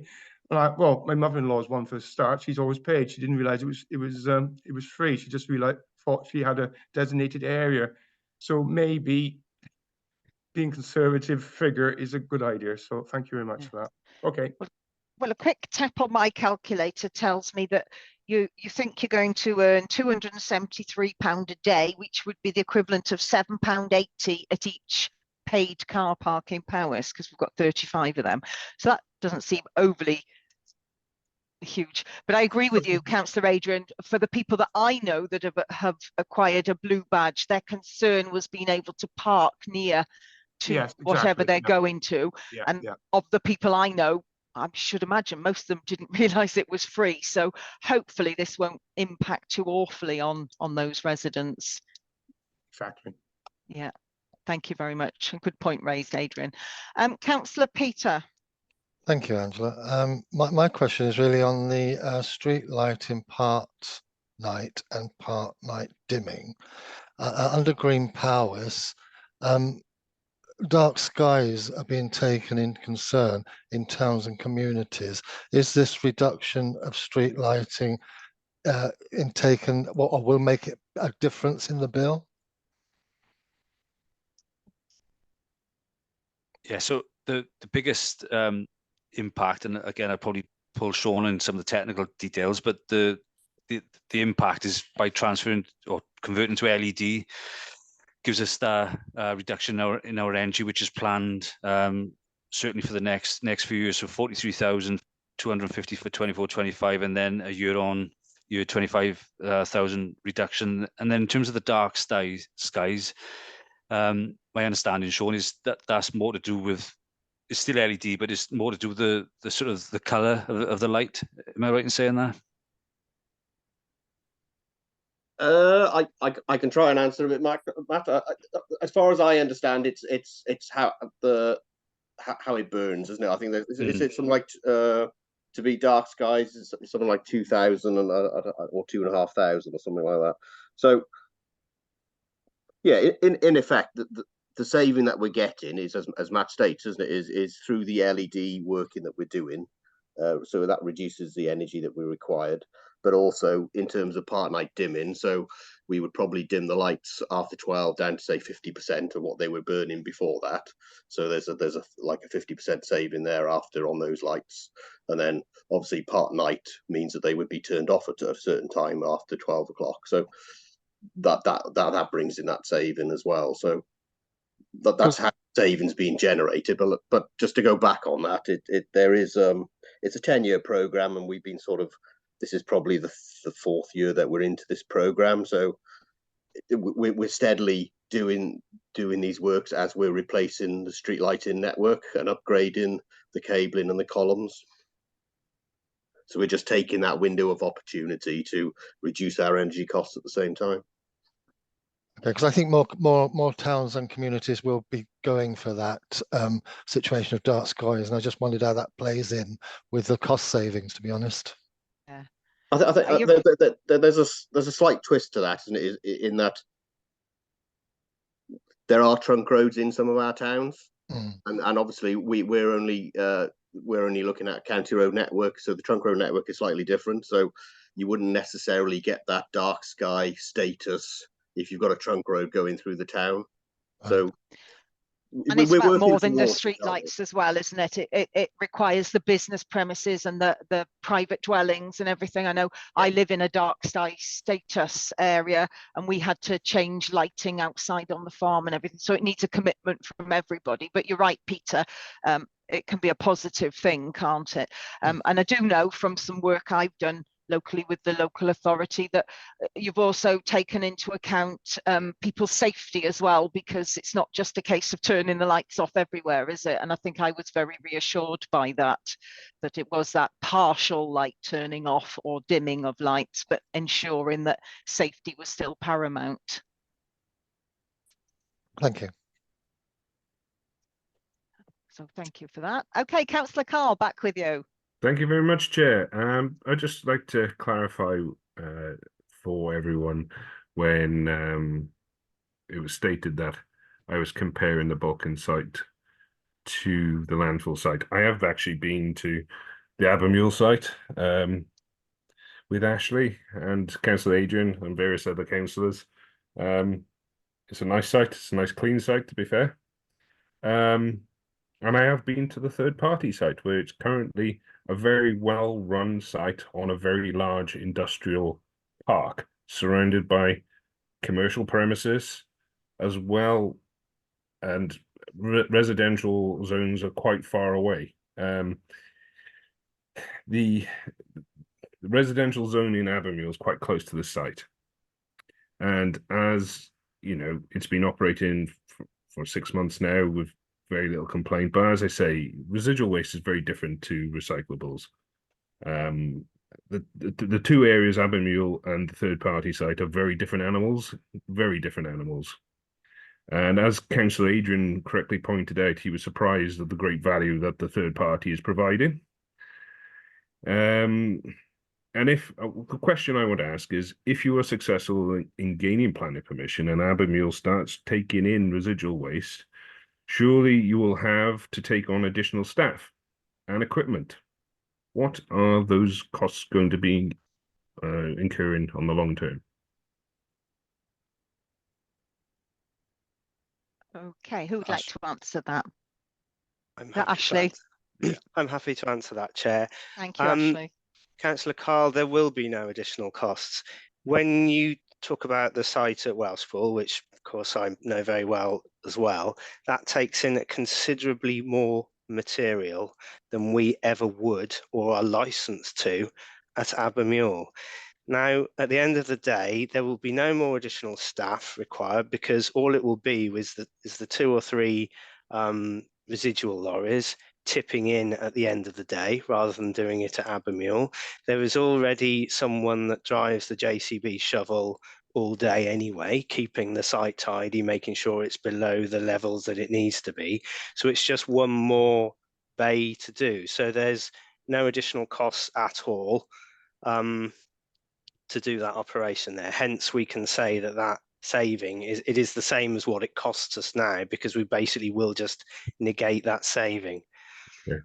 How are you going to mitigate the cross-contamination between residual waste of the shovel and the recyclables? If we need to, we can wash down the shovel. It's not a problem. We have like a jet wash on the site to do that, but it doesn't really happen, to be honest. There's a very, very small amount. And in terms of the recyclables, the cans and plastics, I mean, like I said, they're not as clean as we would wish them to be anyway, because people aren't quite as meticulous as you might imagine, putting them in the red box at the curbside. So if something's particularly soiled, yes, we would clean it in between loads, but we have to keep the equipment clean anyway. That is part of the whole permit. And if anyone wants to look at the permit, it's all on the NRW website, and you'll just see how stringent it really is in terms of how the site is operated.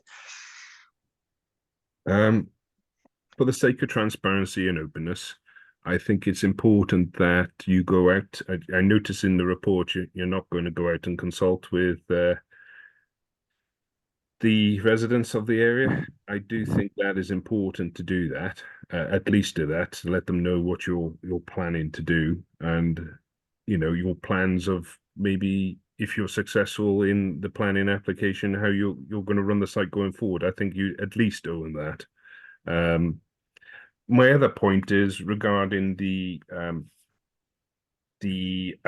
skips, the communal skips. Now, as we all know, cardboard skips, I should say. Cardboard, yeah. Yeah, as we all know, collection services have been diabolical, I would say, in the north through the summer period. I will say that it has improved coming into the winter period, but we are still having issues with those collections. I think everyone in the north would agree with that. Myself, I've been on the receiving end of miscollections. One of the biggest problems I have is cardboard. We all have deliveries these days, whether that be Amazon or wherever it comes from. There's a lot of cardboard, there's a lot of packing. Now, what I would request is until we have the Abermuir Balkan station singing and dancing and on all whistles, that we postpone the removal of these communal bins to allow people somewhere to put what is good recyclable material. Otherwise, we're going to find rural areas burning that material in their backyards. That's just a request. Those 2 requests. So go out and consult with the people of Abermuir. At least do that for openness and transparency, and to hold back on removing the communal cardboard bins. Thank you, Chair. Okay, thank you, Carl. I'm happy to come back on those 2 points. Please do, Ashley. Yeah.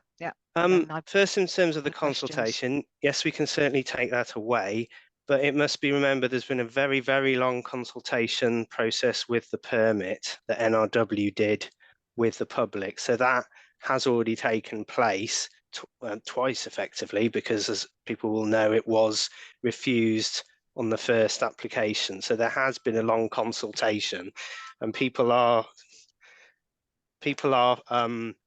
aware of that. Sorry, my phone just rang, unfortunately. I do apologise. You're in demand, Ashley. Yeah, so there has been a consultation by NRW, but we will take that away.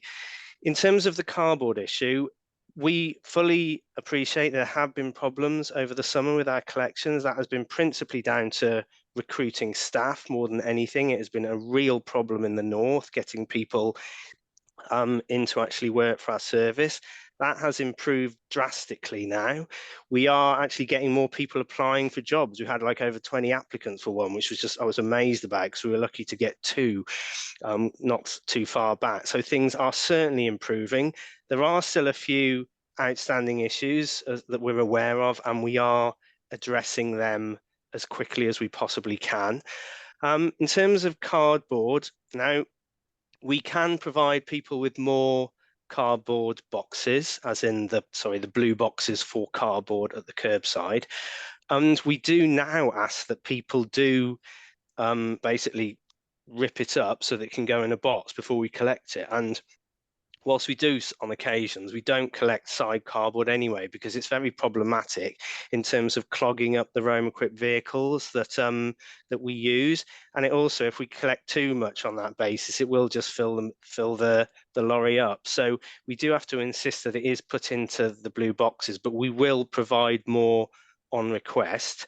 At that point, cardboard, the banks are something that it's really only Paris that do that anymore. All the other materials have been taken away because we provide a curbside service. For the very big stuff, there is still the household waste recycling centres, which I do appreciate for some areas is more of a journey than others, but that is still there should you get an enormous telly delivered or something like that. But for most day-to-day cardboard, you'd be surprised how much you can get into a blue box if it's ripped up, and it does then mean that we can maximise the loads on our collection vehicles. Again, we're looking at doing that later in the summer anyway. So it's not something that, and again, the problems that we do have now, and there are problems across the whole county, we hopefully will have ironed those out, but certainly the problems that we have experienced over the summer in the north should be history by then.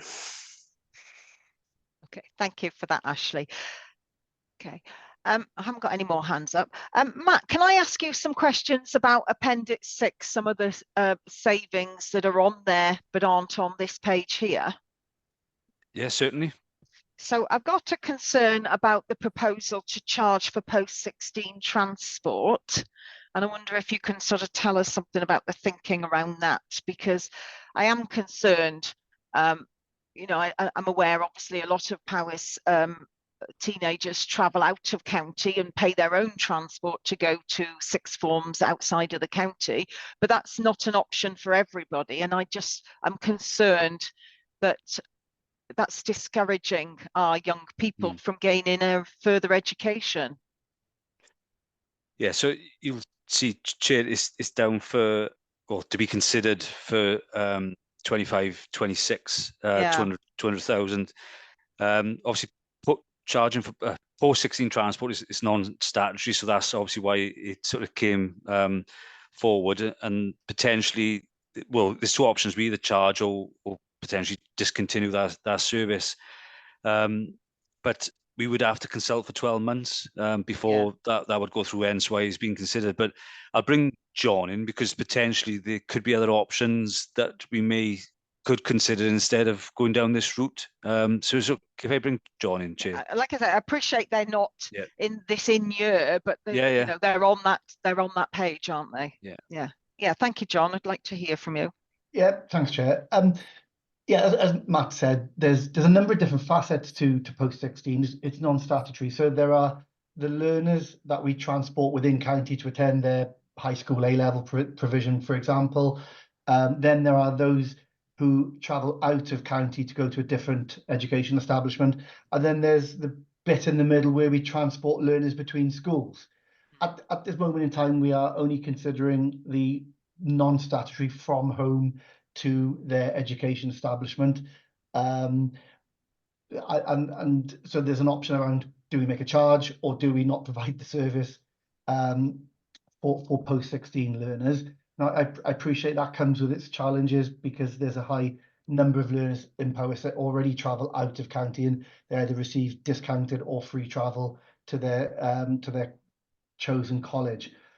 One option is, one of the options, and again, all to be consulted on, would be to either make a charge for that service or to perhaps withdraw the funding that we provide to learners to access their college out of county. Which is around about 100,000 a year at the moment. this is in the context of a whole load of other work which is going on around the post-16 curriculum provision, which I'm sure Learning and Skills Committee will pick up on. But I think this needs to be considered in the round as part of that post-16 review, and how we decide to transport learners there or not, as the case may be, but of course all subject to consultation. Yeah, I guess I just wanted to flag it up that I think it's something that needs a lot more thought, and clearly you're aware of potential issues there. So the other one I wanted to raise from this Appendix C, so it's page 77 for members, is the proposal for unclassified minor roads to be, where's the wording of it, when they need to be returned basically to stone roads. And I just really think we need a lot of clarity on what exactly we're talking about here. My ward has some very rural areas and some unclassified minor roads, and they're very different in terms of their usage, how many people live along them, and what the impact of that would be. And I just want to hear a bit more from you about that. Okay, thank you, Chair. I'd probably look to bring Lynn and Sean in on this one, but yeah, essentially most of our, we've got a lot of unclassified network. So essentially this is looking at withdrawing that maintenance from those areas. So we would make it so essentially as it says, is revert back to and surface road. But I don't know, Lynn, Sean, do you want to just add to that? I guess the concern for me is the roads, in my mind, haven't been maintained for decades. And there's probably very little expectation that they will be maintained. But the very idea of turning them back to a stone track, I just wonder what's the benefit and what's the cost and what's the implications of that, really. Lynn, Sean? Yeah, there's varying contributing factors to this proposal. Obviously, it's, as you already mentioned, it's the amount of vehicles who use that road, the amount of properties up that road. We've already got unclassified, which are part surfaced and part unsurfaced, that sort of thing, that then lead into green lanes at the end of them. So it's looking at them as a whole, really. Each individual road would be have an assessment done on it based on that criteria, really. Like at the moment, like say the unsurfaced part of the roads, we use tarmac planers to put it down on them. And if the surface part of the road before that was say 200 meters long with no properties along it, does it harm if we then put the rest of that road back to stone instead of having tarmac there?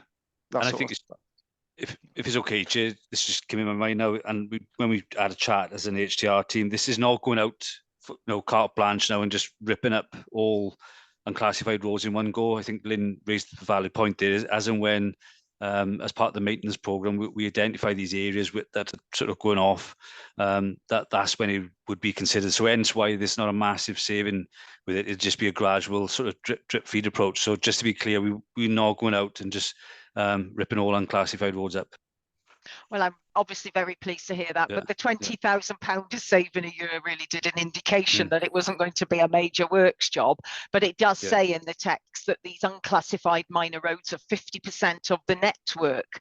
So I suppose my concern is this a thin end of the wedge, you know? So I think, although that's not a proposal in this next year, so I suppose really shouldn't be wasting time on it now. I just want to flag it up for you that I think we will want a lot more detail around this if it comes forward in the future. Yeah, absolutely. That's okay. Yeah, thank you very much. Okay, so Councillor Adrian, you've got your hand up. Yeah, thanks, Chair. Just a question. I can't get my agenda up. Are we discussing the capital requirements of HTR later, or are we doing it now? The proposals for capital. Yep. We are now. Yes, please do. Yes. Okay. Can I just ask that there's a figure for next year for vehicle replacement of 5.4 million? I guess yes, it is million. What vehicles are we talking about there? Capital. Did you know what paper you were on, Adrian? It's on the capital thing for HDR. The list of funding proposals or allocations then. For vehicles Next year 1.5, following year 5.457. Do you mind if I? Bring John. Go on, yeah. John. Sorry, thank you, Chair. Matt. I think that's referring. I haven't got the agenda up in front of me, but I think that refers to the council's depreciation pot, and by depreciation pot, I mean the money that services pay in to replace vehicles. So, for example, in 4 years' time, we'll be looking to replace all the waste and recycling fleet of collection vehicles. So that's the money that the service pays back in to the replacement pot.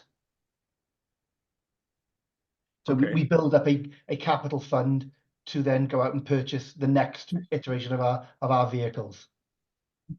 So just in one go, you put that amount of money in. So every year, normally we put in around about £2.5 million per year to replace the fleet, which is spread out across all the service areas. I think the proposal, and forgive me, Matt, if I got this right, the proposal is to take about £1 million or to hold off putting £1 million that capital into the reserve pot to help fund the pressures within HTR. Because last year it was deferred. That was part of the budget or savings that you deferred it, didn't you? So it's kicking. Is that what you mean? It's kicking in now. It's the same process again this year. We've got there's a massive challenge around fleet in terms of what we do going forward with ultra low emission vehicles. Typically, they're around about 100% of a traditional diesel vehicle. So there's a much bigger thing to consider and how we manage our vehicle fleet in the future. Potentially a different model, whether we lease, purchase, or do it, or take a different view on how we use our fleet. Okay. The other question on that, on those figures, was the structural maintenance of loads is reducing again. It's 6.5 next year, then 5 the year after. I mean, with everything, we're just completely going the wrong way, aren't we? Just on that point, Councillor, Sean's on the call is collating a report as we speak to look at obviously because inflation has been rising year on year. So in real terms, we're unable to do the work for the maximise the amount of work that we've done in previous years. So we are going to look to bring a report certainly to Cabinet to sort of basically show where the gap is. So I appreciate there's a number of schemes coming forward as part of the capital programme, but certainly highways is one of them. Picking up on the point about the fleet, we are looking at whether going forward that the current where we got the depreciation budget that we use to buy a new fleet is looking at that more holistically across the council. So whether that would be funded corporately then going forward, because as John said, the current pot needs to be grown far bigger to cope with the future cost of certainly like electrical fleet and those types of things. So we will require that investment, but hopefully, and looking at historic information, we have been successful in gaining grants from Welsh Government, particularly electrification of fleet. So hopefully we can tap into that. So that's why it's key that we get the infrastructure in our depots now, so we can start charging. Okay, so getting back to the point on the structural maintenance, the figure is reducing next year to 5 million, but you are suggesting that you may look at it and increase it. Is that what you're trying to say? Yeah, so we do pull on, so we get lots of grants that we come in. So I see, yeah, grant. Yeah. So and internally we'll look at the allocation as well. Obviously we've got to make Cabinet aware of what that extra cost would be, and obviously it'll be considered in the round. But we do bring in, as you're aware, we brought in 17.7 million through the Levelling Up Fund. Appreciate not all that's to do with resurfacing. There is roughly 8 million of that's going to go towards resurfacing within Powys. But we do, and particularly Sean's team do bring a lot of additional grants in to certainly for flooding, structures, structural maintenance, all those types of areas. So. Because it does tie in. What I'm concerned about is the one figure here on a cost saving with the ditching, because to me that should be spend to save. So if you're kicking it over to structural maintenance and you're reducing that as well, well, we're going into a bit of a complete spiral, aren't we? Because if you're not going to do maintenance to prevent destruction of a road, then you haven't got the budget to repair it. You know, it doesn't make sense to me, really. You should be spending to save. I think if I just give you a bit of background and context, I think when we set the budgets, isn't it, for capital, some things go in, say, for 10 years, or they go in for 15 years, or they go in for a certain amount of time. So say for the structural maintenance, 1.5 million was put in for like 5 or 10 years. So, and what's happened is we just come to that point now where that doesn't show in the capital program going forward. It's at that point where that 5 or 10 year commitment was made and finished. So what I'm pulling together now is I'm pulling together a paper to go to Cabinet. It's already been to Capital Oversight Board. It'll now go to Cabinet to make that decision on well, the request will be to reinstate that 1.5 million with inflation, but the paper will also include inflation on the 5 million and the other 1.5 million core as well. So altogether, there'll be a paper going forward to Cabinet that will hopefully look to increase the amount of capital investment we can put into the road system. Well, that sounds positive. Thank you. Lovely. Thank you, Adrian. Matt, I just had 2 more questions. Sorry, Carl, I see you've got your hand up, but if you don't mind, I had 2 more questions on the list that was there. On the street works, the savings there at the bottom, is that to the cost recovery? That's talking about the partners, like, for example, BT, Welsh Water or whatever, when they dig up the roads? That's it, Chair, yeah. So any utility companies that need to dig up a road, they get a permit from insurance team, street works, and they do generate a lot of income for power. So yeah, that's it. That's good. Okay. And the other one on the compost bin, so the green waste charges, proposal to put that up by £10. I just wondering, do the council still offer garden compost bins for residents? So I'm thinking, is there an alternative if that cost is cost prohibitive for some? Ashley, can you answer that? Yeah, we haven't done that for 10, 12 years now, offered the compost bins. To be honest, it was something that people can pick them up pretty cheaply themselves. And if gardeners want to compost, they'll just do it anyway. It isn't generally to get rid of their waste. It's because people want to use the compost. It's an enormously popular service, the garden waste, and it is a bit of a hype, but people are quite happy with it, really. They just see it as an absolute bargain, to be honest, and has been very successful ever since we introduced it. But yes, and there's always the option to take it yourself to a HWRC, but that is usually more costly than having it collected from the property. Right. But I guess if you've got a garden, you've probably got a corner, you could compost then if yeah. So, okay, that was that. Thank you. So, Councillor Carl, sorry, I missed your hand there. Apologies, Carl. I jumped in ahead of you. That's okay, Chair, that's okay. Just going back to the unclassified roads aspect and potentially, depending on the frequency of people using a road, returning to stone, etc. Most of my unclassified roads in my ward, or pretty much all of them, lead to properties and some lead to businesses. So public are watching, or going to see this recording at some point. Can we have assurances that potholes will be filled with proper tarmac and not planings? Wet tarmac now. At present, that's how we repair potholes. Yeah, we won't be filling any planings with planings unless the road we're repairing an unclassified or unmetalled road has planings on it already. Right. So if you've got a tarmacked road, whether the surface is in poor condition or not, and it is tarmac all the way through, and you've got a pothole, you'll be filling that with hot, wet tarmac and not planings. We'd have to assess the road and see what the circumstances around that road are. Like say we're doing a I'm just giving you a scenario there. And if I give you a scenario back, we've got a resurfacing road now that's going to be resurfaced over Hay in the next, starting on March the 3rd. And at present, we have done some temporary works on that road with some tarmac planings until that road is resurfaced. So like a temporary thing temporary until fix, the yeah. full fix comes in. That's right. Yeah. Right. Okay. And that is guaranteed up to for the next 3 years. You've got that vision. Vision of using tarmac on all potholes. Yeah, you're not going to use any other substitutes for But that. Yeah. things change yearly, don't they? Monthly, weekly, You can't give daily. that. So you can't give those assurances then. No.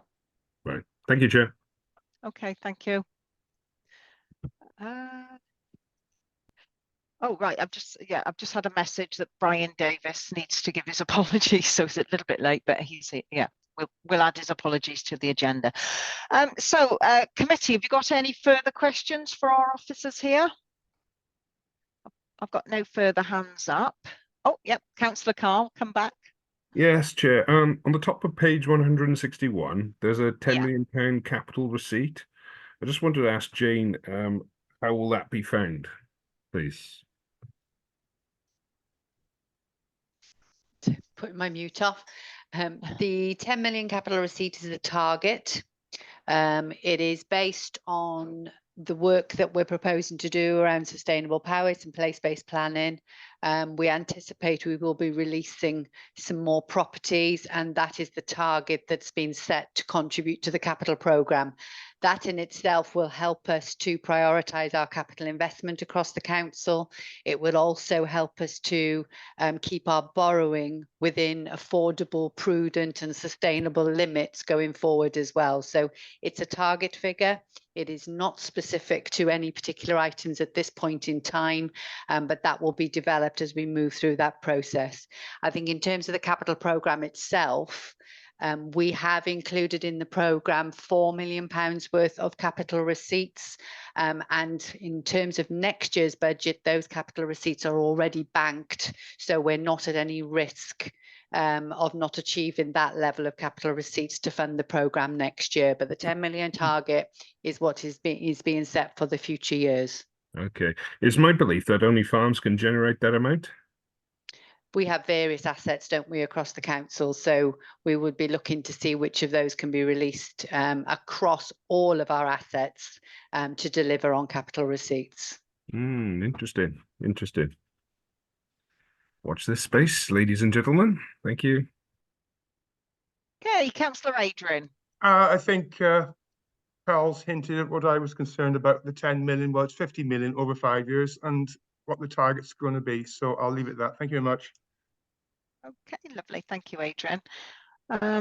So I've got no further hands up. I don't know if officers have any further points they'd like to make or anything they'd like to highlight to us. So no, everybody's happy with that. Well, I want to thank you all for that in-depth paperwork. It certainly took a lot of reading and a sort of deliberating over, and I've worked my way through my pile of papers and ticked off all the questions that I had that have been asked by myself or my colleagues. So thank you very much for that.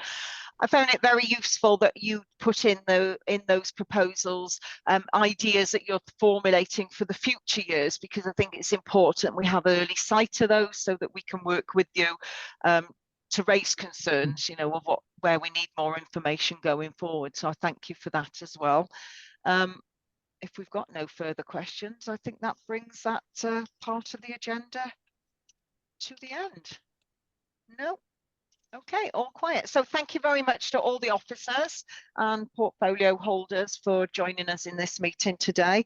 And that brings the formal part of this meeting to the close. So thank you very much. If the committee would stay on. Oh, sorry, Councillor Dave, you've just put your hand up. Hello, David. Thank you, Chair. I just wanted to offer some closing remarks. I've attended 3 scrutiny committees now, and as you'd expect, there have been a lot of comments and some concerns around some of the savings that have been offered here. But I just wanted to reassure the committee that many of the comments and concerns did arise during discussion within cabinets when the proposals came forward. But I think it's important to recognise that we were left with a very, very difficult situation, because prior to the Welsh Government settlements, local authorities in Wales were actually predicting pressures of £809 million. The settlement only offered £170 million. So obviously it goes without saying that that created major problems for Powys as an authority. The average increase was 3.1, we received 2.8 million, and that left us with a budget gap of £18 million. Now, obviously, the easy solution the Cabinet could have taken is simply to have increased council tax by 18 or 19%. But that wasn't acceptable, and that wouldn't have been acceptable to our residents. So it was important that we tried to find some middle road, basically, where we could get affordability around council tax and service efficiencies that wouldn't impact those services to an extent where they wouldn't become viable. And I think that the options that have been put forward do offer a way through this crisis, and it's worth bearing in mind as well that as far as the medium-term financial strategy is concerned, we could be looking for a further 60 odd million pound savings over the next 4 or 5 years. So that the challenge remains. But just one other word I would add, and that is that over the last 10 years, we've had to make savings of approximately 130 million pound. Now, what that does is it reduces the options we've got to make further savings. So we're being faced with 18 million pounds worth of pressures and trying to balance a budget, which we've got to do legally. There's a legal obligation there. That becomes a very big ask. But at the end of the day, all your comments and concerns will go to Cabinet. I think it's next Tuesday on the 6th, and we will consider them. And as I say, we've already discussed a lot of them. But it's just worth bearing in mind that there are very, very few alternatives to the options that have been put forward. The few I've seen are even more unpalatable, and I wouldn't want to go down that road. So unfortunately, that's going to leave us in the difficult position that if we do have to remove any of these savings, the probability is, and this isn't definite, Cabinet will have to discuss this, but it's my opinion, the probability is that we'd have to go down the road of increasing council tax even further. So thank you for your comments, and I'll make sure that they're well represented at Cabinet, and that applies to all the scrutiny committees. I've got finance panel tomorrow, and I'm sure that they'll have a lot to say alongside that. Thank you, Chair. Thank you, Councillor David. I can see Councillor Carl has put his hand up. So did you want a final comment, Councillor Carl? Thank you, Chair. I sympathise with you, Councillor David. It's not an easy job. I was not in your shoes with your Cabinet position, but I understand where you're coming from. But with the current proposal of the Balkan station in Abermule, I find it very difficult in this current circumstance to support the budget if this is one of the budget savings going forward. So I'd just like to put that out there, Chair. Thank you. Thank you, Councillor Carl. So I think that's it. There's no more comments or hands up there. So I want to thank you all for attending today. That's our councillors, our officers and members of the committee. And we close the formal part of this meeting. And as I say, if members of the committee could just stay online for our reflection.